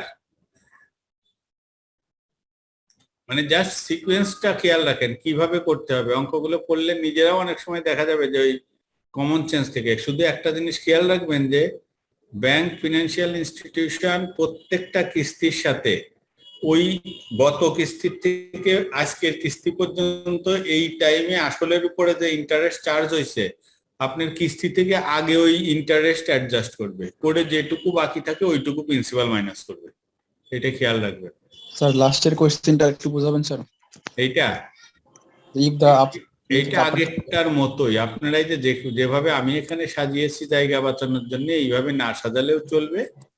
70,000 টাকা থেকে ওই 1 বছরের ইন্টারেস্টের সাথে যোগ করবেন, কত হয় 70,000 আর 1 বছরের ইন্টারেস্ট হলো 5600, তাহলে হচ্ছে 75,600। 75,600 থেকে এই 7,129 টাকা 66 পয়সা বাদ দিবে। স্যার এটা বুঝছি, লাস্টের কোশ্চেনটা স্যার এই যে if after 5 years the rate reduce, হ্যাঁ, কোশ্চেনটা আফটার 5 ইয়ার্স এর জন্য আমাকে 5 বছর পরে এই প্রিন্সিপাল ব্যালেন্সটা বের করতে হচ্ছে স্টেপ বাই স্টেপ, বুঝতে পারছেন? জি স্যার। এইটা বের করার পরে আফটার 5 ইয়ার্স মানে কি, তার মানে 20 বছরের জন্য লোন নিয়েছিলাম, আফটার 5 ইয়ার্স মানে আমার সামনে আর 15 বছর সময় থাকলো। এই যে দেখেন পাওয়ার 15, ঠিক আছে? রেট অফ ইন্টারেস্ট 8 ছিল, এটা 7.5 হয়ে গেল। এখানে দেখেন 8 দিয়ে হিসাব করেছিলাম, এখানে এটা 7.5 দিয়ে হিসাব করলাম। মানে স্যার 6,913 কি হচ্ছে এটা, পরবর্তী 15 বছর কি হয় দেওয়া লাগবে? পরবর্তী 15 বছরে এই কিস্তি আমাকে জমা দিতে হবে, মানে প্রতি বছরে এত করে দেওয়া লাগবে, এত করে দিতে হবে, এত পাউন্ড করে, ঠিক আছে? Thank you sir. স্যার যদি জি, এমন স্যার। হতো যে হুম। প্রিন্সিপাল আগে অ্যাডজাস্ট হতো তাহলে কি স্যার অন্যরকম ফর্মুলা ইউজ করা হতো? এইটা পৃথিবীর কোথাও নাই। কিছুটা প্রিন্সিপাল আছে, কিছুটা আছে বাংলাদেশ হাউস বিল্ডিং ফিনান্স কর্পোরেশনে।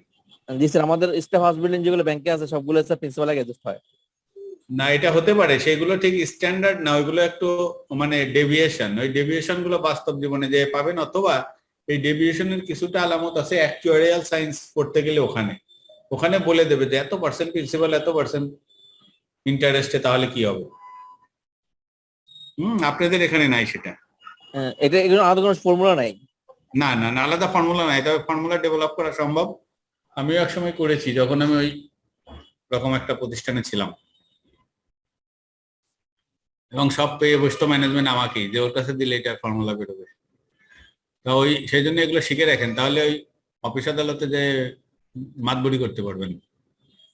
ওকে, নেক্সট আমরা যেটা যাব সেটা হচ্ছে আইআরআর বা ইন্টারনাল রেট অফ রিটার্ন। যে রেট অফ ইন্টারেস্টে এনপিভি 0 হয় সেইটাই হচ্ছে ইন্টারনাল রেট অফ রিটার্ন। এই দেখেন এনপিভি ইকুয়াল টু 0, মানে আগের ওই এনপিভি ক্যালকুলেশনই ওখানে হবে কি, যে ওই এনপিভি বের করি কিভাবে আমরা, ক্যাশ আউটফ্লোর পিভি এবং ক্যাশ ইনফ্লোর পিভি, এই দুটোর ডিফারেন্স। যখন ক্যাশ আউটফ্লোর পিভি ক্যাশ ইনফ্লোর পিভি সমান হবে তখন তো ডিফারেন্স 0 হয়ে যাবে। তখন আমি দেখবো যে কত ডিসকাউন্ট রেটে এই ঘটনাটা ঘটলো, ওই ডিসকাউন্ট রেটটাই হচ্ছে ইন্টারনাল রেট অফ রিটার্ন, এখানে যে কথাগুলো লেখা আছে, ঠিক আছে? বোঝা গেল? আইআরআর এর ডেফিনেশন আপনারা বহু বইতে, সব বইতেই পাবেন, যেখানে ফিনান্সের বই এবং বিজনেস ম্যাথের বই। IRR, the internal rate of return can be defined as the rate which equates the present value of cash inflows with the present value of cash outflows of an investment. যা বললাম এতক্ষণ সেইটাই। In other words, the discount rate that makes the net present value or NPV of an investment 0 is known as IRR. It is another discounted cash flow technique which takes into account the magnitude and timing of cash flows. Other terms used to describe the IRR methods are দরকার নেই এগুলো, এটা দেখেন। এখন IRR এর দেখেন এখানে যে আমরা একটা সিম্পল এক্সাম্পল দিয়ে বুঝিয়ে দিছি, single cash inflow. If 1,000 be the return after 5 years by investing 500 now, আমি এখন 500 টাকা ইনভেস্ট করলাম, 5 বছর পরে 1,000 টাকা পাবো, অর্থাৎ দ্বিগুণ হয়ে যাবে। What is the internal rate of return? Formula এটাই, প্রেজেন্ট ভ্যালু কোনটা 500, ফিউচার ভ্যালু কোনটা 1,000, টাইম কত 5 বছর, রেট অফ ইন্টারেস্ট কত আননোন, ওই রেট অফ ইন্টারেস্টটাই বের করতে হবে। তাহলে এই যে ফিউচার ভ্যালু যে 1,000, এইটাকে এইটা ইন্টু 1/r⁵ হবে, যেহেতু একটাই সিঙ্গেল ক্যাশ ইনফ্লো। এটা কয় বছর পর? 5 বছর পর। সেই জন্য 1,000/1 + r⁵ ইকুয়াল টু বর্তমান মূল্য পিবি। এইটাকে সিম্পলিফাই করতে করতে গেলাম, দেখলাম 14.87%। এইটাই হচ্ছে আইআরআর। কেন আইআরআর? কারণ এটা ফিউচার ভ্যালুকে ডিসকাউন্টেড করে যে প্রেজেন্ট ভ্যালু পাচ্ছি সেটা ইনিশিয়াল ক্যাশ ফ্লোর সাথে সমান হয়ে যাচ্ছে, অর্থাৎ এনপিভি 0 হয়ে যাচ্ছে। এইটা হলো সিম্পল। এরপরে আসেন এখানে যে আমরা আসলে সরাসরি এই আইআরআর বের করতে পারি না, এটা এক্সেল শিটে বের করা যায়, যেটা আমরা আগামী ক্লাসে শিখবো। ওখানে কিছু ইনবিল্ট ফর্মুলা আছে, ইনবিল্ট ফর্মুলা দিয়ে এক্সেল শিট থেকে আইআরআর বের করা যায়, তবে ওইটা স্ট্যান্ডার্ড, কিন্তু বাস্তব জীবনে সবকিছু আসলে স্ট্যান্ডার্ডের সাথে মেলে না, যার ফলে আপনাদেরকে ভিন্ন ফর্মুলায় ডেভেলপ করে নিতে হয় অথবা ভিন্ন ফর্মুলায় যেতে হয়। তা এখানে অনেক সায়েন্টিফিক ফিনান্সিয়াল ক্যালকুলেটর আছে, সেখানেও আইআরআর সরাসরি আসে। তো এখানে বলছে যে ট্রায়াল অ্যান্ড এরর মেথডে বের করতে হবে। এইটা কি রকম জিনিস? মনে করেন এখানে করা হয় কি, এনপিভি আপনারা কিভাবে বের করতে হয় শিখে আসছেন। এনপিভি বের করা হয়, এমন একটা ইন্টারেস্ট রেট ধরবো যেটার এনপিভি বেরোবে পজিটিভ, আবার আরেকটা ইন্টারেস্ট রেট ধরবো যেটার এনপিভি বেরোবে নেগেটিভ। এই নেগেটিভ একটা পজিটিভ একটা বেরোলো, তাহলে এর মাঝামাঝি কোনো ইন্টারেস্ট রেট আছে যেটা এনপিভি 0 বেরোবে। ওখান থেকে একটা অ্যাসেস করা হয় যে পজিটিভ এত পার্সেন্টে পজিটিভ এনপিভি, এত পার্সেন্টে নেগেটিভ এনপিভি, তাহলে এর মাঝে কোন এনপিভি রেট আছে যেটা এনপিভি কে 0 করে দেবে, সেটাই হচ্ছে ট্রায়াল অ্যান্ড এরর মেথড। তা এই মেথডের এই প্রসেস আপনার মুখস্থ করার দরকার নাই, আপনি শুধু ফর্মুলাটা মনে রাখবেন, এই যে এখানে আছে।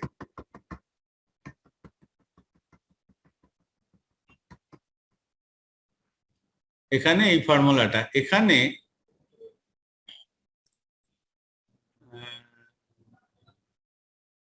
ফর্মুলাটা আইআরআর। এখন এইগুলা কি জিনিস আমি আপনাদেরকে বলছি। আমি যেটা বললাম যে এখানে এনপিভি লাগে দুইটা, একটা হলো লোয়ার ডিসকাউন্ট রেটের এনপিভি আর একটা হলো হায়ার ডিসকাউন্ট রেটের এনপিভি। মনে করেন যে এক অন্য সব ফিগার সেম, আপনি 5% একটা এনপিভি বের করলেন, 15% একটা এনপিভি বের করলেন, তাহলে 5% এনপিভি কে বলা হচ্ছে লোয়ার ডিসকাউন্ট রেটের জন্য যে এনপিভি সেইটা, আর 15% এনপিভি কে বলা হচ্ছে NPV of higher discount rate. এই দুটো লোয়ার এবং হায়ার ডিসকাউন্ট রেটের এনপিভি যদি আপনার জানা থাকে আর রেট দুটো যদি জানা থাকে, তাহলে এই ফর্মুলা বসিয়ে দেবেন। কি লিখবেন? আপনার দরকার হলো আইআরআর। আইআরআর ইকুয়াল টু, প্রথমেই লিখবেন lower discount rate, LDR. LDR মানে এই যে নিচে লিখে দিছি লোয়ার ডিসকাউন্ট রেট, তারপরে এরকম একটা দাগ দিবেন, এই উপরে নিচে এখন লাগবেন এনপিভি। এইটা কিন্তু রেড গেল, মনে করেন 5% লোয়ার, অর্থাৎ 5% লিখলাম। উপরে লাগবেন এই যে লোয়ার ডিসকাউন্ট রেটের এনপিভি যেটা, সেটা লাগবেন। নিচেও এইটা প্রথমটা লাগবেন লোয়ার ডিসকাউন্ট রেটের এনপিভি, তার থেকে বাদ দিবেন হায়ার ডিসকাউন্ট রেটের এনপিভি। বোঝা গেল? মাঝখানে গুণ চিহ্ন দিয়ে ওই রেট দুইটার পার্থক্যটা লাগবেন, higher discount rate minus lower discount rate. ঠিক আছে? আমি এরপরে স্যার এখানে যে কোনো একটা অ্যাজুম করলেই তো হচ্ছে। হ্যাঁ এখানে লয়ার বা হায়ার আমরা কি যে কোনো একটা অ্যাজুম করব? হ্যাঁ অ্যাজিউম করবেন, এবং অ্যাজিউম করাটা বাস্তব ভিত্তিক হইতে হবে। আমি বললাম যে একটা এনপিভি নেগেটিভ হবে, একটা পজিটিভ হবে। আসলে আপনাদের বইগুলোতে ওইটাই ওইভাবেই বলা আছে, কিন্তু আমি জানি যে দুটোই যদি পজিটিভ হয় বা দুটোই যদি নেগেটিভ হয় তাহলেও বের করা সম্ভব, তবে এটা একটু জটিল হয়। তবে আপনাদের জন্য বলছি যে লোয়ার ডিসকাউন্ট রেট যেটা, সবসময় খেয়াল রাখবেন, যেহেতু ডিসকাউন্ট ফ্যাক্টর হচ্ছে 1/1 প্লাস আর, আর এর জায়গাটা হচ্ছে নিচেই হরে, ডেনোমিনেটরে, সেই জন্য লোয়ার ডিসকাউন্ট রেটের এনপিভি বেশি হবে, সাধারণত পজিটিভ হবে লোয়ার ডিসকাউন্ট রেটের এনপিভি, আর হায়ার ডিসকাউন্ট রেটের এনপিভি হবে কিন্তু নেগেটিভ বা ছোট। Okay sir. এনপিভিটা তো আগে বের করে নেওয়া লাগবে, তারপরে তো হ্যাঁ এনপিভি আগে বের করে নিতে হবে। স্যার ইন্টারেস্ট রেটটা বড় হয়ে যাওয়া মানেই তো লোয়ার ডিসকাউন্ট রেট চলে যাবে। হ্যাঁ ইন্টারেস্ট রেট বড় হয়ে যাওয়া মানেই হচ্ছে যে ডিসকাউন্টেড ভ্যালু ছোট হয়ে যাবে। তার মানে হচ্ছে এনপিভি আবার বড় হয়ে যাবে, কারণ ডিসকাউন্ট রেট বা ডিসকাউন্ট বা পিভি যদি বড় হয়ে যায় তাহলে এনপিভি হবে, যেহেতু ইনফ্লো দুটোর বিয়োগফল, এবং পিভিটা মাইনাস হয়ে যাবে। বড় জিনিস মাইনাস হওয়া মানে রেজাল্ট ছোট হয়ে যাবে। এখানে দেখেন একটা অঙ্ক, এই ধরনের অঙ্ক আসে, এই ফিগারগুলো দিয়ে দেবে, ক্যালকুলেশন করতে বলবে। দেখেন এখানে প্রথমে হচ্ছে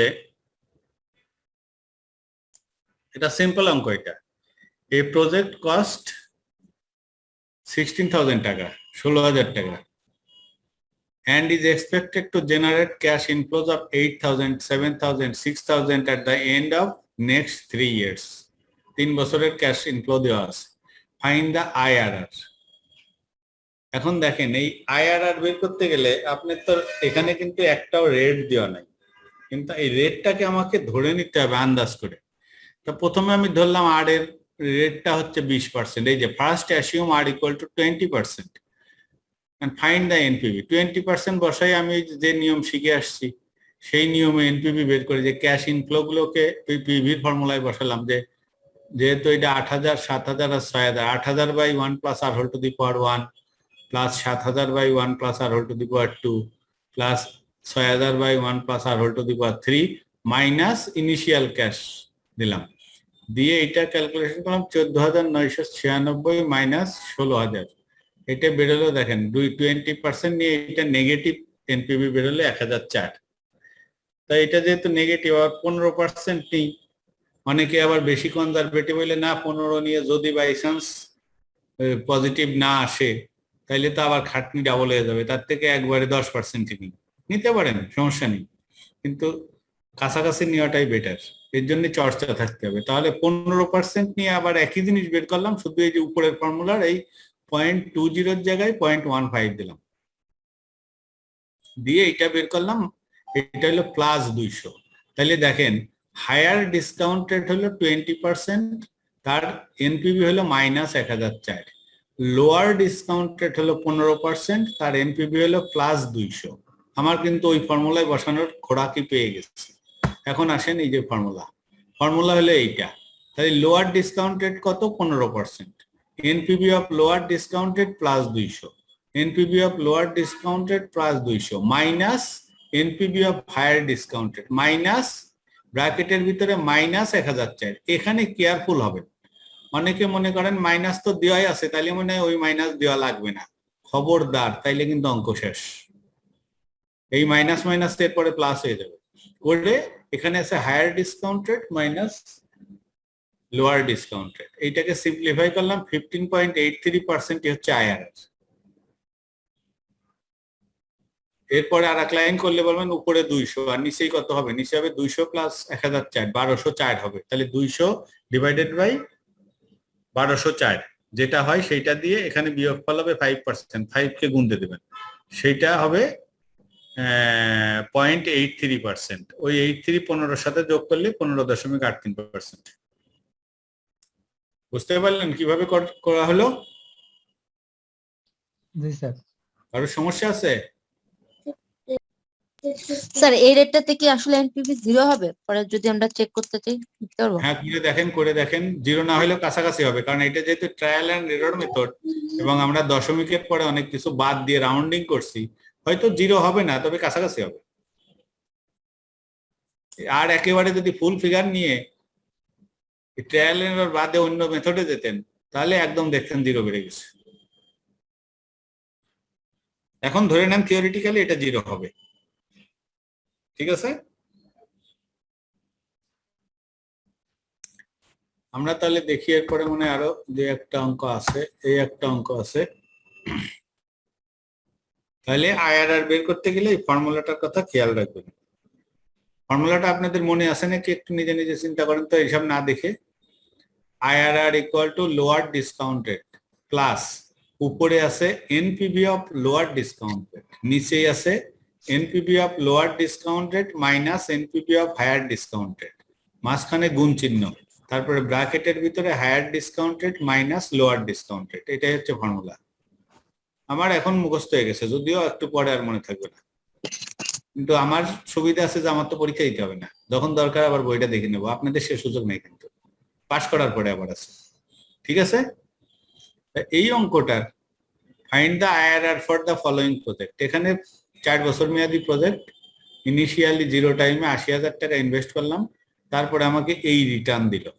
তাহলে কি করব? এটা এখানেও কিন্তু একইভাবে যে উই সিলেক্ট, এই যে সলিউশনের ক্ষেত্রে প্রথমে কিন্তু মনে করে নিচ্ছি we select discount rate of 5% randomly, মানে আন্দাজে।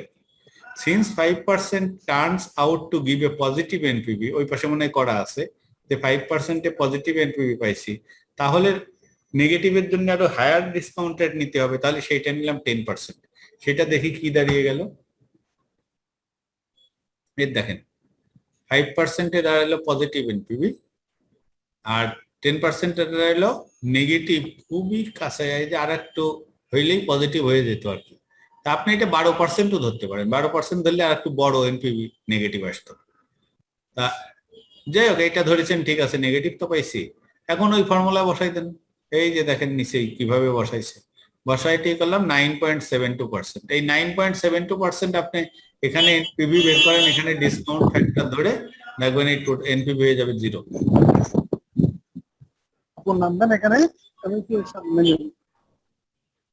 ঠিক আছে, কিভাবে করলাম বুঝা গেল?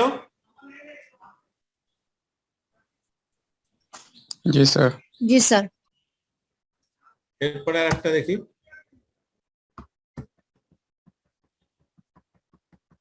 প্রায় শেষের দিকে চলে আসছি আমরা। এখানে ওই একই অঙ্ক,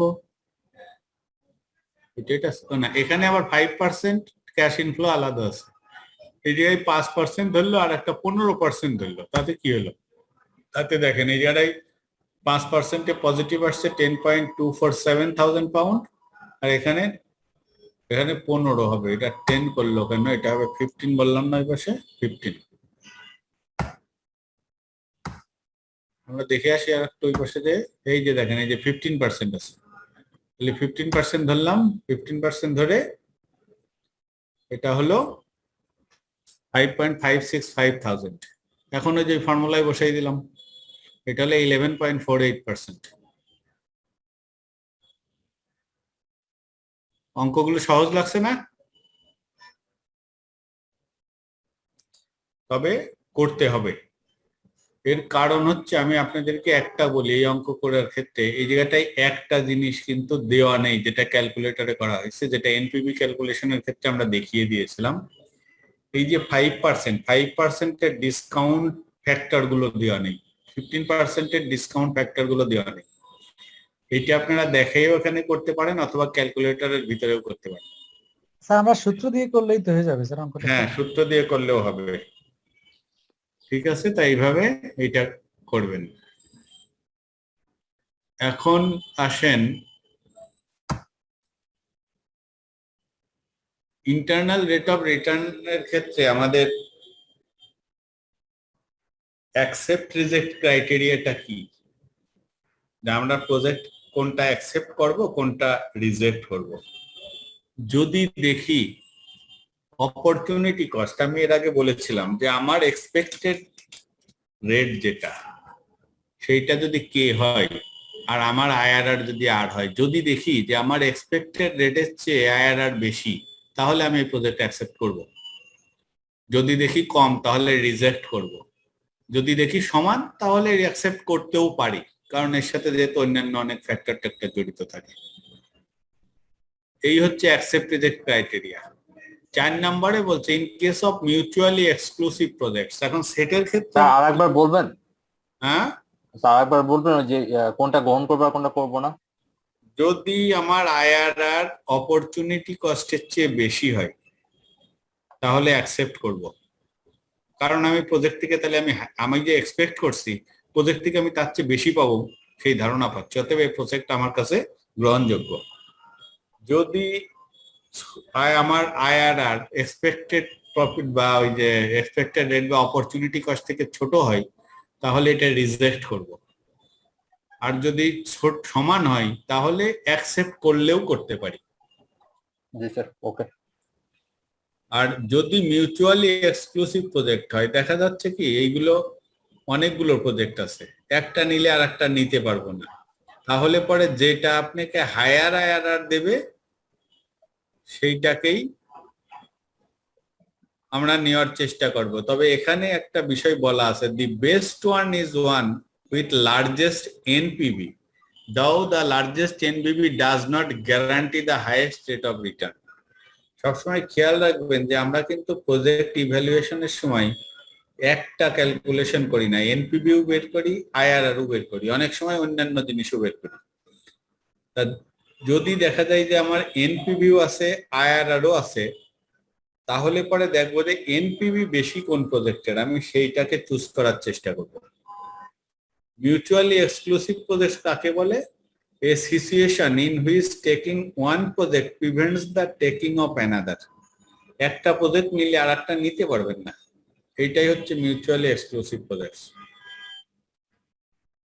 লাস্ট স্লাইডে এখানে যেটা আছে, স্যার হ্যাঁ আগের স্লাইডে এই যে যেটা মিউচুয়াল আসছে সেই ক্ষেত্রে আমরা কমেন্ট কি লিখবো 3 নম্বরে? কোনটাই? এই যে 3 নম্বরে মে অ্যাকসেপ্ট ইফ, মানে যদি সমান সমান হয় সেই ক্ষেত্রে আমরা কমেন্ট কি লিখবো? এইটা 1 নম্বর হলো যে আপনাদের এটা আসবে না, এটা ফিনান্সিয়াল ম্যানেজমেন্ট আসতে পারে। স্যার তাহলে দরকার নাই। তাই দরকার নেই, ঠিক আছে, থাকলো দরকার। স্যার হ্যাঁ স্যার আমরা প্রবাবিলিটির ক্ষেত্রে মিউচুয়ালি এক্সক্লুসিভটা এটার সেটাই তো বলছিলাম যে সেট থিওরি বা প্রবাবিলিটির ক্ষেত্রে মিউচুয়ালি এক্সক্লুসিভ ছিল, ওখানেও একই কনসেপ্ট সেম, একটা হলে আর একটা হবে না। ওই যে টস, পয়সা, কয়েন, হেড পেলে আর টেল আসবে না। স্যার সেখানে না মিউচুয়ালি এক্সক্লুসিভ মানে একটার উপর একটা ডিপেন্ড করে না, সেটার উপরে ছিল না স্যার? হুম, সে সময় কি মিউচুয়ালি এক্সক্লুসিভ মানে একটার উপর আরেকটা ডিপেন্ডেন্ট না, এরকম ছিল ওইটা না? হলো ডিপেন্ডেন্ট আর ইন্ডিপেন্ডেন্ট, ওইটা ডিপেন্ডেন্ট আর ইন্ডিপেন্ডেন্ট প্রবাবিলিটি যেটা ছিল বা সেট ছিল যেটা, ওখানে ওইগুলোও ছিল। এখানকারটা এখানে খেয়াল করেন, পরে ওইটার সাথে একটু পরে চিন্তা করে নিন। এখন NPV and IRR method a comparison, এইটা একটু দেখেন। এনপিভি এবং IRR rules always lead to identical decisions as long as two very important conditions are met. যদি নিচের দুটো কন্ডিশন মিট করে তাহলে এনপিভিও যেটার ভালো হবে, আইআরআরও সেটার ভালো হবে। যেটার এনপিভি খারাপ হবে, আইআরআরও খারাপ হবে। এইটাই হচ্ছে নর্মাল। সে কন্ডিশন দুটো কি কি? The cash flows must be conventional. এখন কনভেনশনাল ক্যাশ ফ্লো কি জিনিস সেটা বলছে, that is the first cash flow or the initial investment is negative and all the rest are positive. এটাকে বলা হয় conventional cash flow. That is আমি একবারই জিরো টাইমে টাকা আউটফ্লো করবো, মানে ইনভেস্ট করব, আর সামনের যত বছর আসবে সব আমার ক্যাশ শুধু ইনফ্লোই হবে, কোনো আউটফ্লো হবে না। এটা হচ্ছে কনভেনশনাল ক্যাশ ফ্লো। পরেরটা দেশে কি, the project must be independent. That is the decision to accept or reject one project does not affect the decision to accept or reject any other project.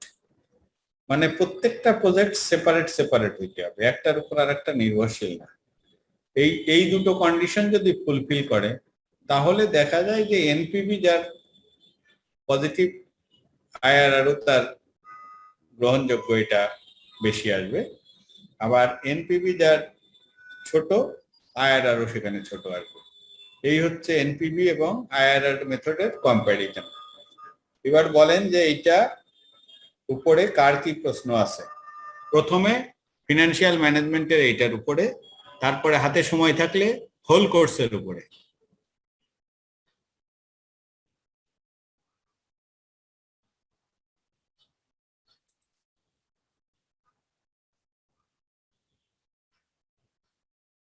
বোঝা যায় কিছু? কি আমাদের লাস্ট ক্লাস স্যার? না না, কালকে আর একটা, আগামী পরশুদিন আর একটা আছে, ওখানে ওই যে কি বলে ওইটাকে, স্প্রেডশিট। জি স্যার। স্যার এগুলো স্যার আমার একটু দেখতে হবে স্যার, আগামী ক্লাসে স্যার কোশ্চেন করা যাবে স্যার। আজকে তো অনেক ক্লাসে কোশ্চেন যদি এইটা করে সময় বাঁচে। স্যার স্প্রেডশিট কি পরীক্ষা হলে কি স্যার এটা কি স্যার খাতাই করবো নাকি কম্পিউটার করতে হবে? এটা না না, এটা খাতাই করবে, সেই রকম কোশ্চেনই করা হবে। কোশ্চেন এমন করা হবে না যে আপনাকে এটা ইসে যেতে হবে। স্যার ওই যে 45 নাম্বার স্লাইডটা স্যার একটু কি বের করবেন, ওটা আমি স্ক্রিনশট নিতে পারি। কত নাম্বার? 45 number slide. 45। 45 এইটা? জি স্যার। হ্যাঁ জি স্যার। হ্যাঁ, এনপিভি অ্যাডভান্টেজ এইটা তো। এটা কি কিছু আপনি বুঝবেন নাকি এটা ছবি তুলে রাখবেন বা নোট করে রাখবেন কোনটা? স্যার এটা স্ক্রিনশট নেওয়া হয়ে গেছে স্যার, স্ক্রিনশট নিতেছিলাম sir. Okay okay okay. Thank you sir. আর কিছু? না স্যার, না স্যার। আচ্ছা, এখানে আপনাদের দাঁড়ান আমি একটু দেখে নিই।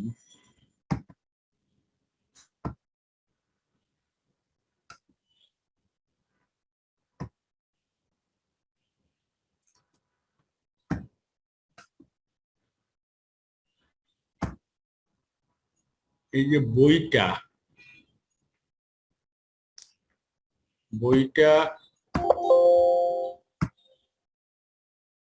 এটা আবার কি আসলো?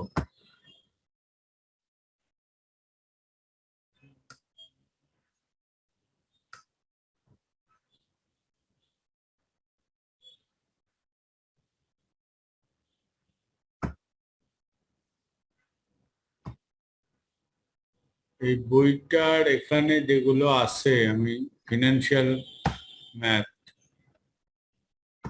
এখানে দেখেন সবগুলোই মনে হয় মোটামুটি আলাপ হয়েছে। ছোট হয়ে যায় কেন আবার? এনপিভি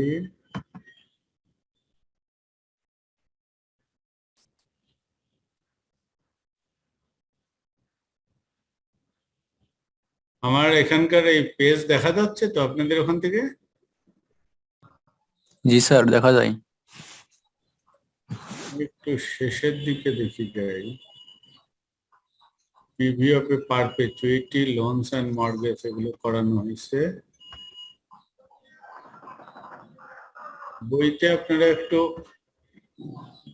ভালো করে দেখবেন, অনেক কিছু আছে যেটা স্লাইডে যদি না এসে থাকে একটু বোঝার চেষ্টা করবেন।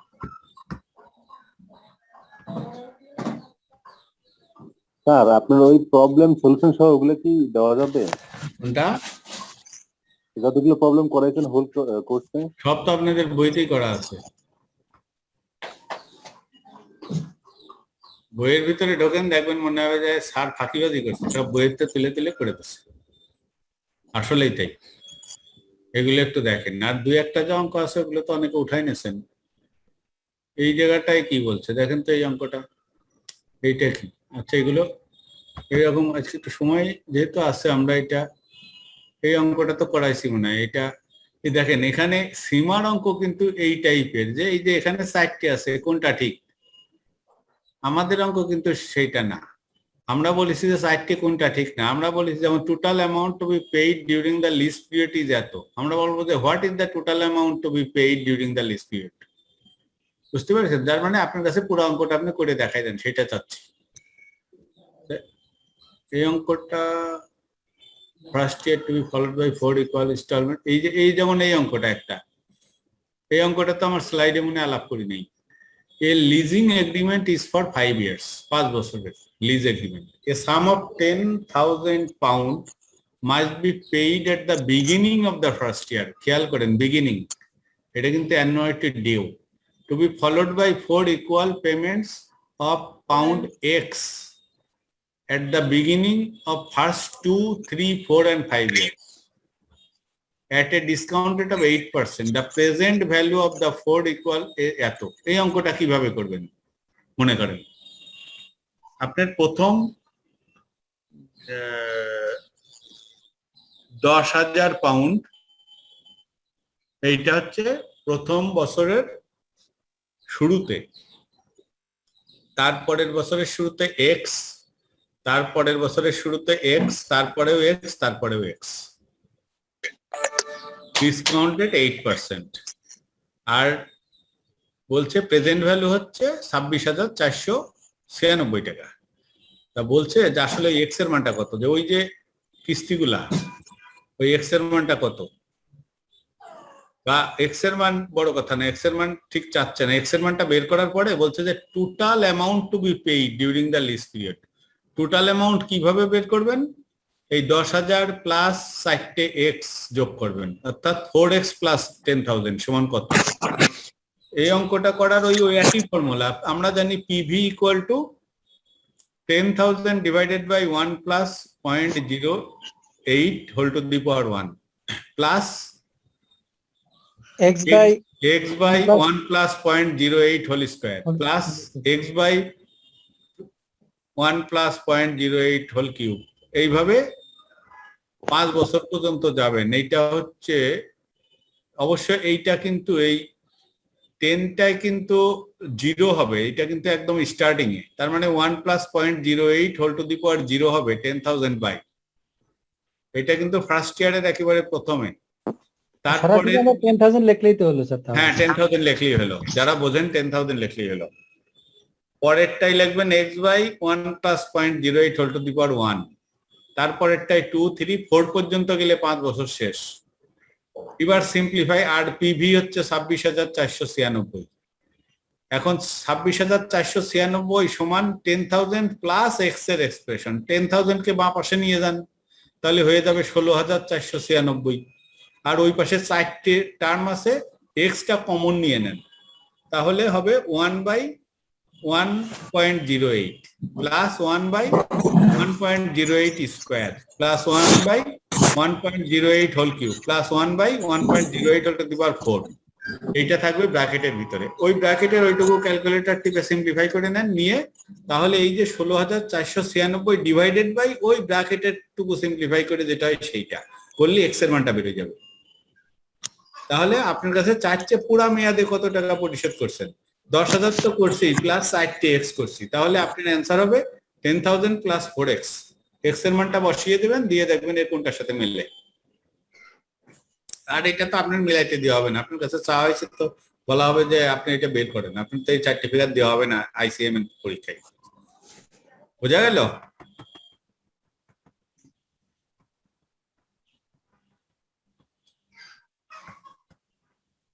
এরপরে একটা আছে কি, a building society adds interest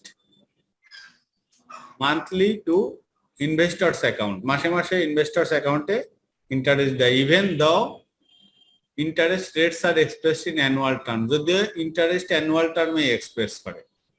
এইটা দেখেন ওই সেই ইকুইভ্যালেন্ট সিস্টেম চলে আসছে। The current rate of interest is 6% per annum.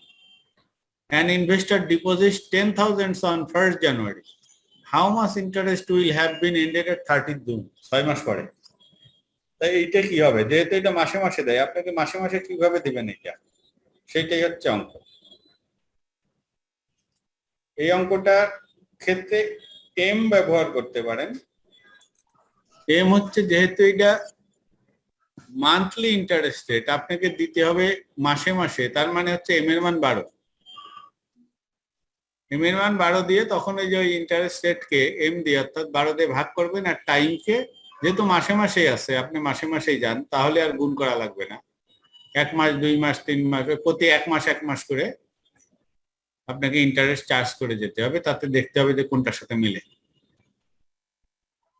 আবার এই অঙ্কগুলো দেখেন, এরপরে কিন্তু সুবিধা আবার সলিউশন আছে।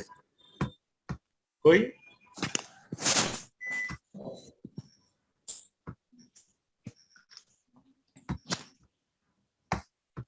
অনেক অঙ্ক আছে,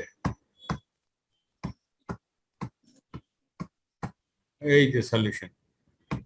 সলিউশনের ক্ষেত্রে এই যে যেমন এক্স এর মান পেল 8,000, আমি বললাম কি 10,000 প্লাস 4x, তাহলে 10,000 প্লাস 4x সমান এই যে 42,000 অ্যান্সার। ঠিক আছে, তারপরেরটা এই যে ইন্টারেস্ট রেট 6 মাসের, তাহলে 0.5% পার মান্থ, এইভাবে করে এই যে দেখেন এই যে বেড়ে যায় 30। এই অঙ্কগুলো দেখবেন, ওখানে দেখবেন নিজে আগে নিজে চেষ্টা করবেন। যদি দেখেন যে না বুঝতে সমস্যা হচ্ছে, তখন এখানে একটু দেখে নেবেন, কিন্তু আগেই এখানে দেখে অঙ্ক করবেন না, তাহলে কিন্তু মনে থাকবে না। আগে নিজে ভুল করেন, আপনি নিজে ভুল করে অঙ্কটা করেন, মনে করেন হলো না, কোনো সমস্যা নেই, তখন দেখবেন যে আমি ভুলটা কোথায় করলাম, এখানে মিলাবেন। তখন কিন্তু ওই যে আপনি মিলালেন, আপনার মনের ভিতর গেঁথে যাবে যে অঙ্কটা আসলে কিভাবে করলাম। কিন্তু সরাসরি যদি এখানে আসেন, তাহলে অঙ্কটা অনেক কম স্টুডেন্টই আছে যাদের খেয়াল থাকবে। ঠিক আছে, এইভাবে প্রতিটা চ্যাপ্টারের শেষে অনেক অঙ্ক আছে, আপনারা এগুলো একটু দেখবেন। আর এখানে মক অ্যাসেসমেন্ট আছে, দেখেন এই যে এইটাই।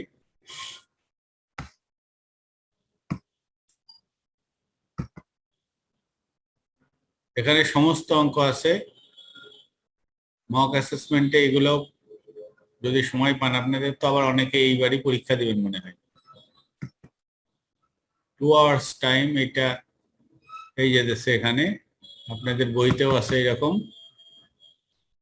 যে এই শূন্য স্থানগুলো পূরণ করতে হবে। এইটা হচ্ছে প্রবাবিলিটির মনে হয় অঙ্ক নাকি? হ্যাঁ, probability. What is the probability that an item is faulty? এখন এখানে ফল্টি আছে এই রো, অ্যাকসেপ্টেবল আছে এই রো, টোটাল আছে এই রো, আবার প্রোডাক্ট আছে পি কিউ আর, টোটাল আছে এইটা। বলতে what is the probability that an item is faulty? Total faulty কত আছে? 32, আর টোটাল আইটেম কত? 250, তাহলে 32/250। হ্যাঁ, এইভাবে। What is the probability that an item from department P is faulty? From department P, department P is faulty, what is the probability? এই যে ডিপার্টমেন্টে P ফল্টিতে আছে হচ্ছে 7। What is the probability that an item from department P is faulty? It is 7 divided by 250. Therefore, what is the probability that an item found to be faulty comes from department P?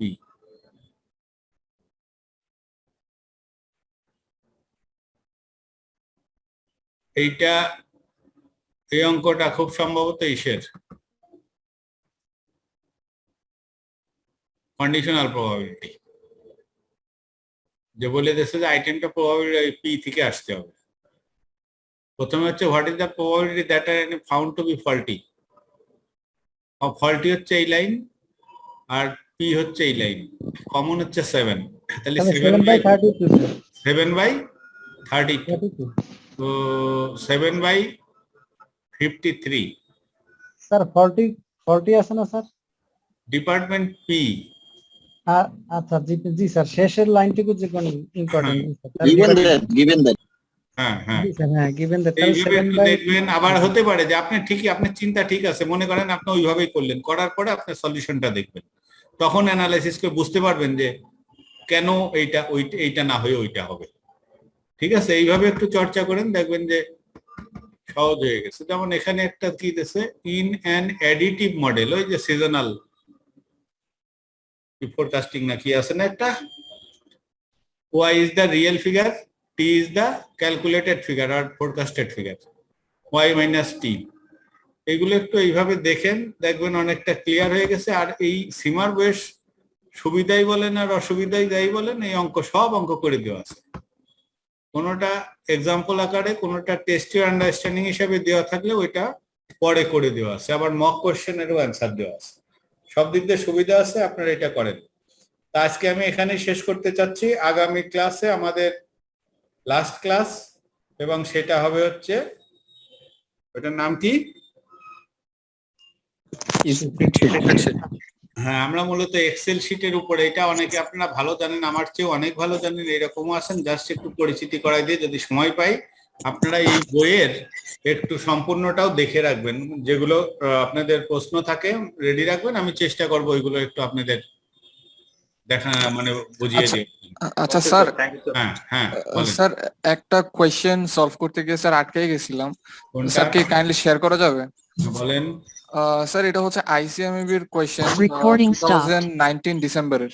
হ্যাঁ বলেন, কি ছিল? Sir ওইটার মধ্যে ছিল হচ্ছে আসলে Z টেবিলের অঙ্ক ছিল। স্যার দেখাইতে পারলে আসলে বেশি ভালো হইতো। আপনি যদি জাস্ট ICMEB এর ওয়েবসাইটে যান, আমি আপনাকে এখন তো এই সময় অ্যালাউ করবে না। স্যার জাস্ট প্রসেসটা বলে দিলেই হবে আমাকে, আর বেশি কিছু। কি আছে অঙ্কটা আপনার কাছে আছে? হ্যাঁ স্যার আমার কাছে আছে। পড়েন তো। আচ্ছা স্যার, ওইটার মধ্যে বলছে হচ্ছে the distribution of monthly income of 400 employees follow normal distribution with mean টাকা 6,000 and standard deviation টাকা 10,000। তো এখন রিকোয়ারমেন্টস যেগুলো সেখানে বলা হয়েছে number of employees having income more than 7,000, সেটা হচ্ছে প্রথম রিকোয়ারমেন্ট। এন্ড সেকেন্ড রিকোয়ারমেন্ট হচ্ছে the number of employees having income less than 5,000। And third requirement হচ্ছে the least monthly income among the highest paid 100 employees. Sir এটাই হচ্ছে question, 6 মার্কের একটা question. এইটা আছে 400 এমপ্লয়ি, স্ট্যান্ডার্ড ডেভিয়েশন দেওয়া আছে আর মিন দেওয়া আছে। 4000 ইয়েস, 4000 এমপ্লয়ির মিন এবং স্ট্যান্ডার্ড ডেভিয়েশন দেওয়া আছে। আচ্ছা, এখানে তাহলে ওই যে আমাদের যে জেড এর ফর্মুলাটা আছে, জি স্যার, জেড ইকুয়াল টু কি ছিল, X minus X minus mean divided by standard deviation. হ্যাঁ Recording in progress. হ্যাঁ, তাহলে এখানে জেড ইকুয়াল টু প্রথমে যেটা ওই যে আছে, কত আছে প্রথমটা? স্যার 7000, 7000 মাইনাস মিন কত আছে, mean 6000 divided by divided by sigma হচ্ছে 10000। হ্যাঁ, তাহলে পরে এখান থেকে তো জেড এর একটা মান পাচ্ছেন। জি স্যার, মান পাচ্ছি। ওই জেড এর মান দিয়ে আপনি টেবিলে চলে যায়, ওখান থেকে প্রবাবিলিটিটা বের করলেন। আচ্ছা স্যার, আপনার কাছে প্রথমটাই চাচ্ছে কি, প্রবাবিলিটি চাচ্ছে, পার্সেন্টেজ চাচ্ছে? পার্সেন্টেজই যাচ্ছে। এইটাই প্রবাবিলিটি, যেটা এটাই পার্সেন্টেজ। তাহলে স্যার 3 নাম্বারটাই sir, the least monthly income among the highest paid 100 employees. Amount the highest paid 100, এইটা আপনাকে ওই যে উল্টা একটা ক্যালকুলেশন করাইছিলাম না, যে আগে টেবিল থেকে আসতে হবে জেড এর মানে, খেয়াল আছে? স্যার আমার এক্স্যাক্টলি মনে পড়তেছে না। আপনার ওই যে আমাদের একটা অঙ্ক ছিল স্যার 1.28 এই টাইপের একটা ফিগার ছিল, সেটা আমরা জেড ভ্যালু থেকে ধরে পরবর্তীতে স্যার হ্যাঁ, এই ধরনের অঙ্ক আছে কিন্তু, এই করা আছে বইতে। আচ্ছা আচ্ছা, জাকির ভাই এই জায়গাটা একটু হেল্প করতে পারবেন আমাকে? আচ্ছা, আপনি ফোন দিন কাইন্ডলি। আচ্ছা ঠিক আছে, ওকে তাহলে ঠিক আছে, সবাই ভালো থাকেন। Thank you sir. ওকে।